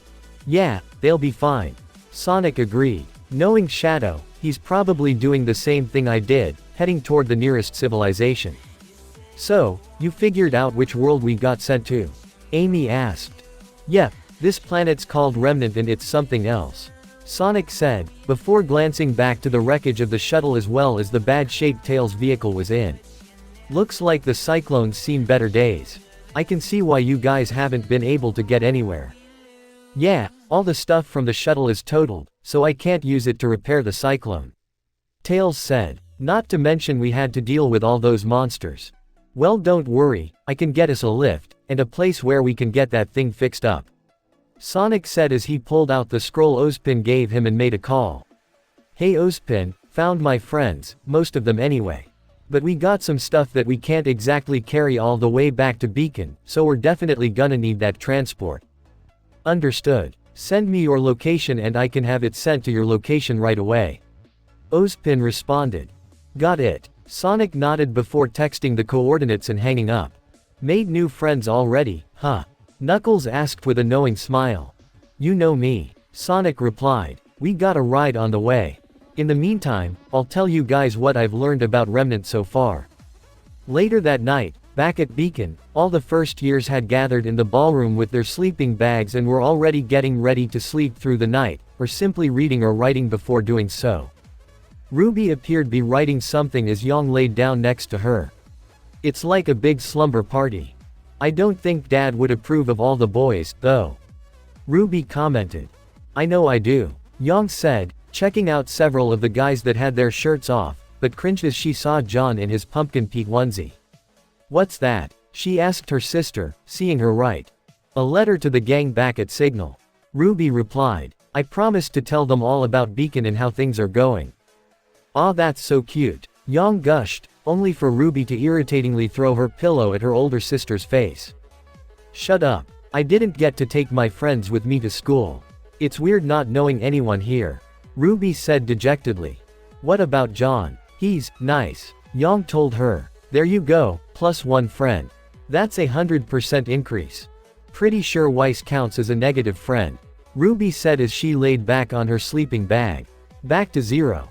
There's no such thing as negative friends. You just made one friend and one enemy. Jaune replied, only for RWBY to throw her corgi pillow at her face again. And what about that blue guy you keep talking about? Isn't he a friend? I barely even know him. RWBY said. I only saw him once, and I haven't even caught a glimpse of him here at Beacon. Pretty sure I'm never gonna see him again. Jaune sighed before speaking a bit more seriously. Look, it's only been one day. Trust me, you've got friends all around you. You just haven't met them yet. RWBY's attention was caught by a candle that was lit up. The one who lit it was the same black-haired girl with a bow tie from before, sitting against a wall and reading a book. That girl. You know her? Jaune asked. Not really. RWBY answered. She saw what happened this morning but left before I could say anything. Well, now's your chance. Jaune immediately got up and pulled RWBY up with her by the arm. Wait, what are you doing? RWBY questioned as she was dragged against her will by her older sister who made their way towards the black-haired girl, turning her attention from her book to the two sisters. Hello. Jaune greeted. I believe you two may know each other. She reintroduced her RWBY to her. Aren't you, that girl that exploded? Ah, yeah, my name's RWBY. She offered her hand to shake, but the girl just seemed to be more interested in her book. But, you can just call me, Crater, actually you can just call me RWBY. She said with a wince. Okay, what are you doing? Jaune whispered to RWBY. I don't know, help me. RWBY whispered back. Now it was Yang's turn. So, what's your name? Blake, she answered with a sigh. Well Blake, I'm Jaune. RWBY's older sister. I like your bow. Thanks. Blake was now starting to get a little annoyed. It goes great with your pajamas. Jaune tried. Right. Both sisters looked toward each other with winces, picking up on Blake's lack of interest on a conversation. So, nice night, don't ya think? Jaune still tried. Yes, it's lovely. Almost as lovely as this book. That I will continue to read. As soon as you leave. Blake said with finality. Yeah, this girl's a lost cause. Jaune muttered. What's it about? RWBY asked Blake, getting her attention. Huh, your book. Does it have a name? Well, it's about a man with two souls. Blake answered, each fighting for control over his body. Oh yeah, that's real lovely. Jaune wasn't much of a bookworm, but her sister was a different story. I love books. RWBY stepped up, having found some common ground with Blake. My mom used to read me stories every night when I was little. Stories of heroes, monsters, they're one of the reasons I wanted to become a huntress. Oh, why is that? Hoping you'll live happily ever after? Blake asked. Well, I'm hoping we all will. RWBY answered. As a kid, I wanted to be just like those heroes in the books, someone who fought for what was right, and who protected people that couldn't protect themselves. Blake smiled slightly. That's very ambitious for a child. Her smile faded, however. Unfortunately, the real world isn't the same as a fairy tale. RWBY's smile didn't fade. Well, that's why we're here. To make it better. Ooh, I'm so proud of my baby sister. Jaune pulled RWBY into a hug, much to her annoyance. Gah, cut it out. She struggled in Yang's grip, resulting in a comic dust cloud of punches and kicks, something that caused Blake to chuckle slightly. Well, RWBY, Jaune, it's a pleasure to meet. What is going on over here? Weiss marched over in irritation. Don't you realize we're trying to sleep? Oh, not you again. Weiss exclaimed to RWBY as Jaune did the same to Weiss, while RWBY tried to shush both of them. Guys, she's right. People are trying to sleep. RWBY said with a wince as Blake simply rolled her eyes and put her book away. Oh, now you're on my side. Weiss glared. I was always on your side. RWBY argued. Yeah, what's your problem with my sister? Jaune exclaimed to Weiss. She's only trying to be nice. She's a hazard to my health. Weiss argued as Blake blew out the candles. Meanwhile, in Ozpin's office, Sonic had recently arrived along with Tails, Knuckles, and Amy to meet the headmaster of Beacon as well as Glinda who stood at his side. They were already introduced as Sonic gave his friends the brief rundown of what he learned about Remnant so far. I take it you are Sonic's companions. Ozpin said. That's right. My name is Miles Prower, but please call me Tails. The youngest of the group introduced with a wave and a smile. I'm Amy Rose, it's nice to meet you. The pink hedgehog gave a curtsy bow. Knuckles. The red echidna said with a nod and crossed arms. And I trust Sonic has informed you of what I have told him. Ozpin asked. Yeah, he told us about Remnant, those monsters you call Grimm, the Four Kingdoms and the Huntsman Academies, Tails began. Where you have kids fight these monsters. Knuckles said in a tone indicating he didn't approve. Knuckles. Amy scolded. What? You've how those things were, and apparently this planet's got millions of them. Knuckles recalled. Can't say I'm happy about the idea of having kids fight them off. We don't just send children into battle. Glinda told him sternly. The purpose of the academies is to train them so that as they grow older, they will be better prepared to face the Grimm. And all the students who attend the 4 major academies have previously enrolled and graduated from other combat schools, so they are not as helpless as you believe, nor are we as cruel as you might think. Yeah, I get that. Knuckles admitted. I understand why you have to do it, but I don't have to like it. We don't either. Ozpin also admitted. He understood where Knuckles was coming from and was actually glad to hear it. He could tell that this Knuckles was a caring individual, and it was always good to know there were souls like that either. But it is a necessary evil. However, we are not here to talk about the moral purposes of the Huntsman Academies and profession, given you already know of it. We are here to talk about the individual that Sonic claims to be a threat to our world. Eggman. Tails pulled out his Miles Electric, which he was able to tweak and repair on the ride to Beacon. He pressed a few buttons to show Ozpin and Glinda an image of the aforementioned doctor. Don't let his stature fool you, he's incredibly dangerous. Yes, Sonic has told me of his vast intelligence as well as his dangerous ambitions. Ozpin said. If he was able to transport his entire army to our world, I'd say he has clearly proven both. How exactly was he able to do that? Glinda questioned. We have not had any encounter with beings from other worlds in the past, and despite how intelligent or ambitious someone can be, I find it difficult to believe one could be capable of traveling between entire dimensions. He used these. Tails adjusted the Miles Electric to reveal an image of 7 glowing gems. They're called Chaos Emeralds, powerful gemstones from world. If you want to know how powerful, just one of them is capable of powering an entire city all on its own. Amy said. But if you bring all 7 together, you might have the power to obliterate an entire planet. That took Ozpin and Glinda by surprise. That has to be an exaggeration. Glinda said. No, it's not. Knuckles shook his head. It's how Eggman was able to transport the entire Ark and his whole fleet here. We've had to use the emeralds ourselves to save our planet, and our whole reality, more than once. Sonic added. So yeah, trust me, the Chaos Emeralds are no joke. This caused the two professors to glance at each other with expressions only they could read. These Chaos Emeralds reminded them of a certain collection of items that were probably as powerful that they knew all too well. Eggman used the Chaos Emeralds combined with Space Colony Ark's Eclipse cannon to generate a portal and was able to use it to transport his entire forces here. Tails said. That alone should give you an idea of how powerful they are. So, why have we not yet heard any demands from this Eggman? Ozpin asked. If he has an entire armada at his disposal, and this Space Colony Ark has a built-in weapon, wouldn't it make more sense to simply make his claim for world domination known? Oh yeah, he definitely would go that route. Eggman's a bit of a diva.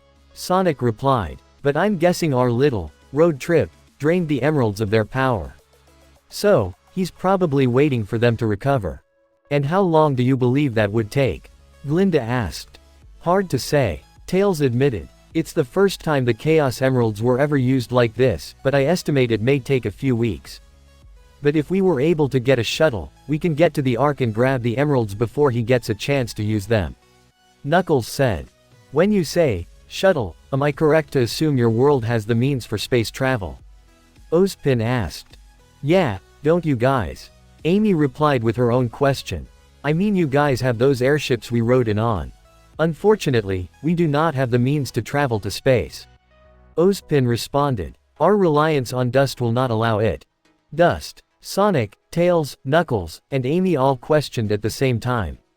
As in, the kind of dust you clean off your desk or something? Knuckles asked. No, not that type of dust.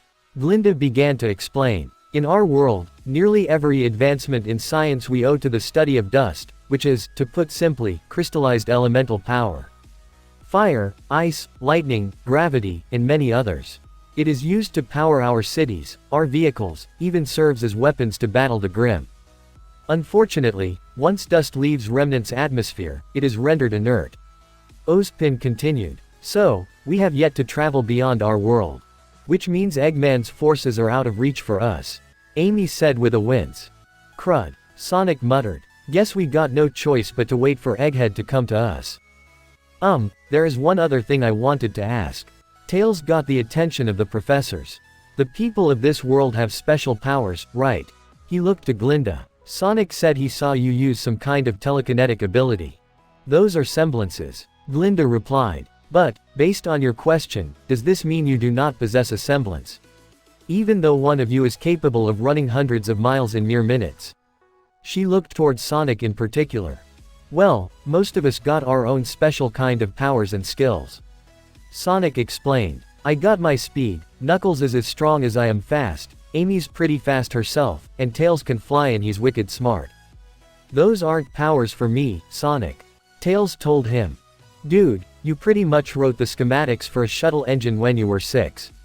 Sonic teased. If having a super brain like yours doesn't count as a power, then I don't know what does. Ozpin got their attention with a slight cough.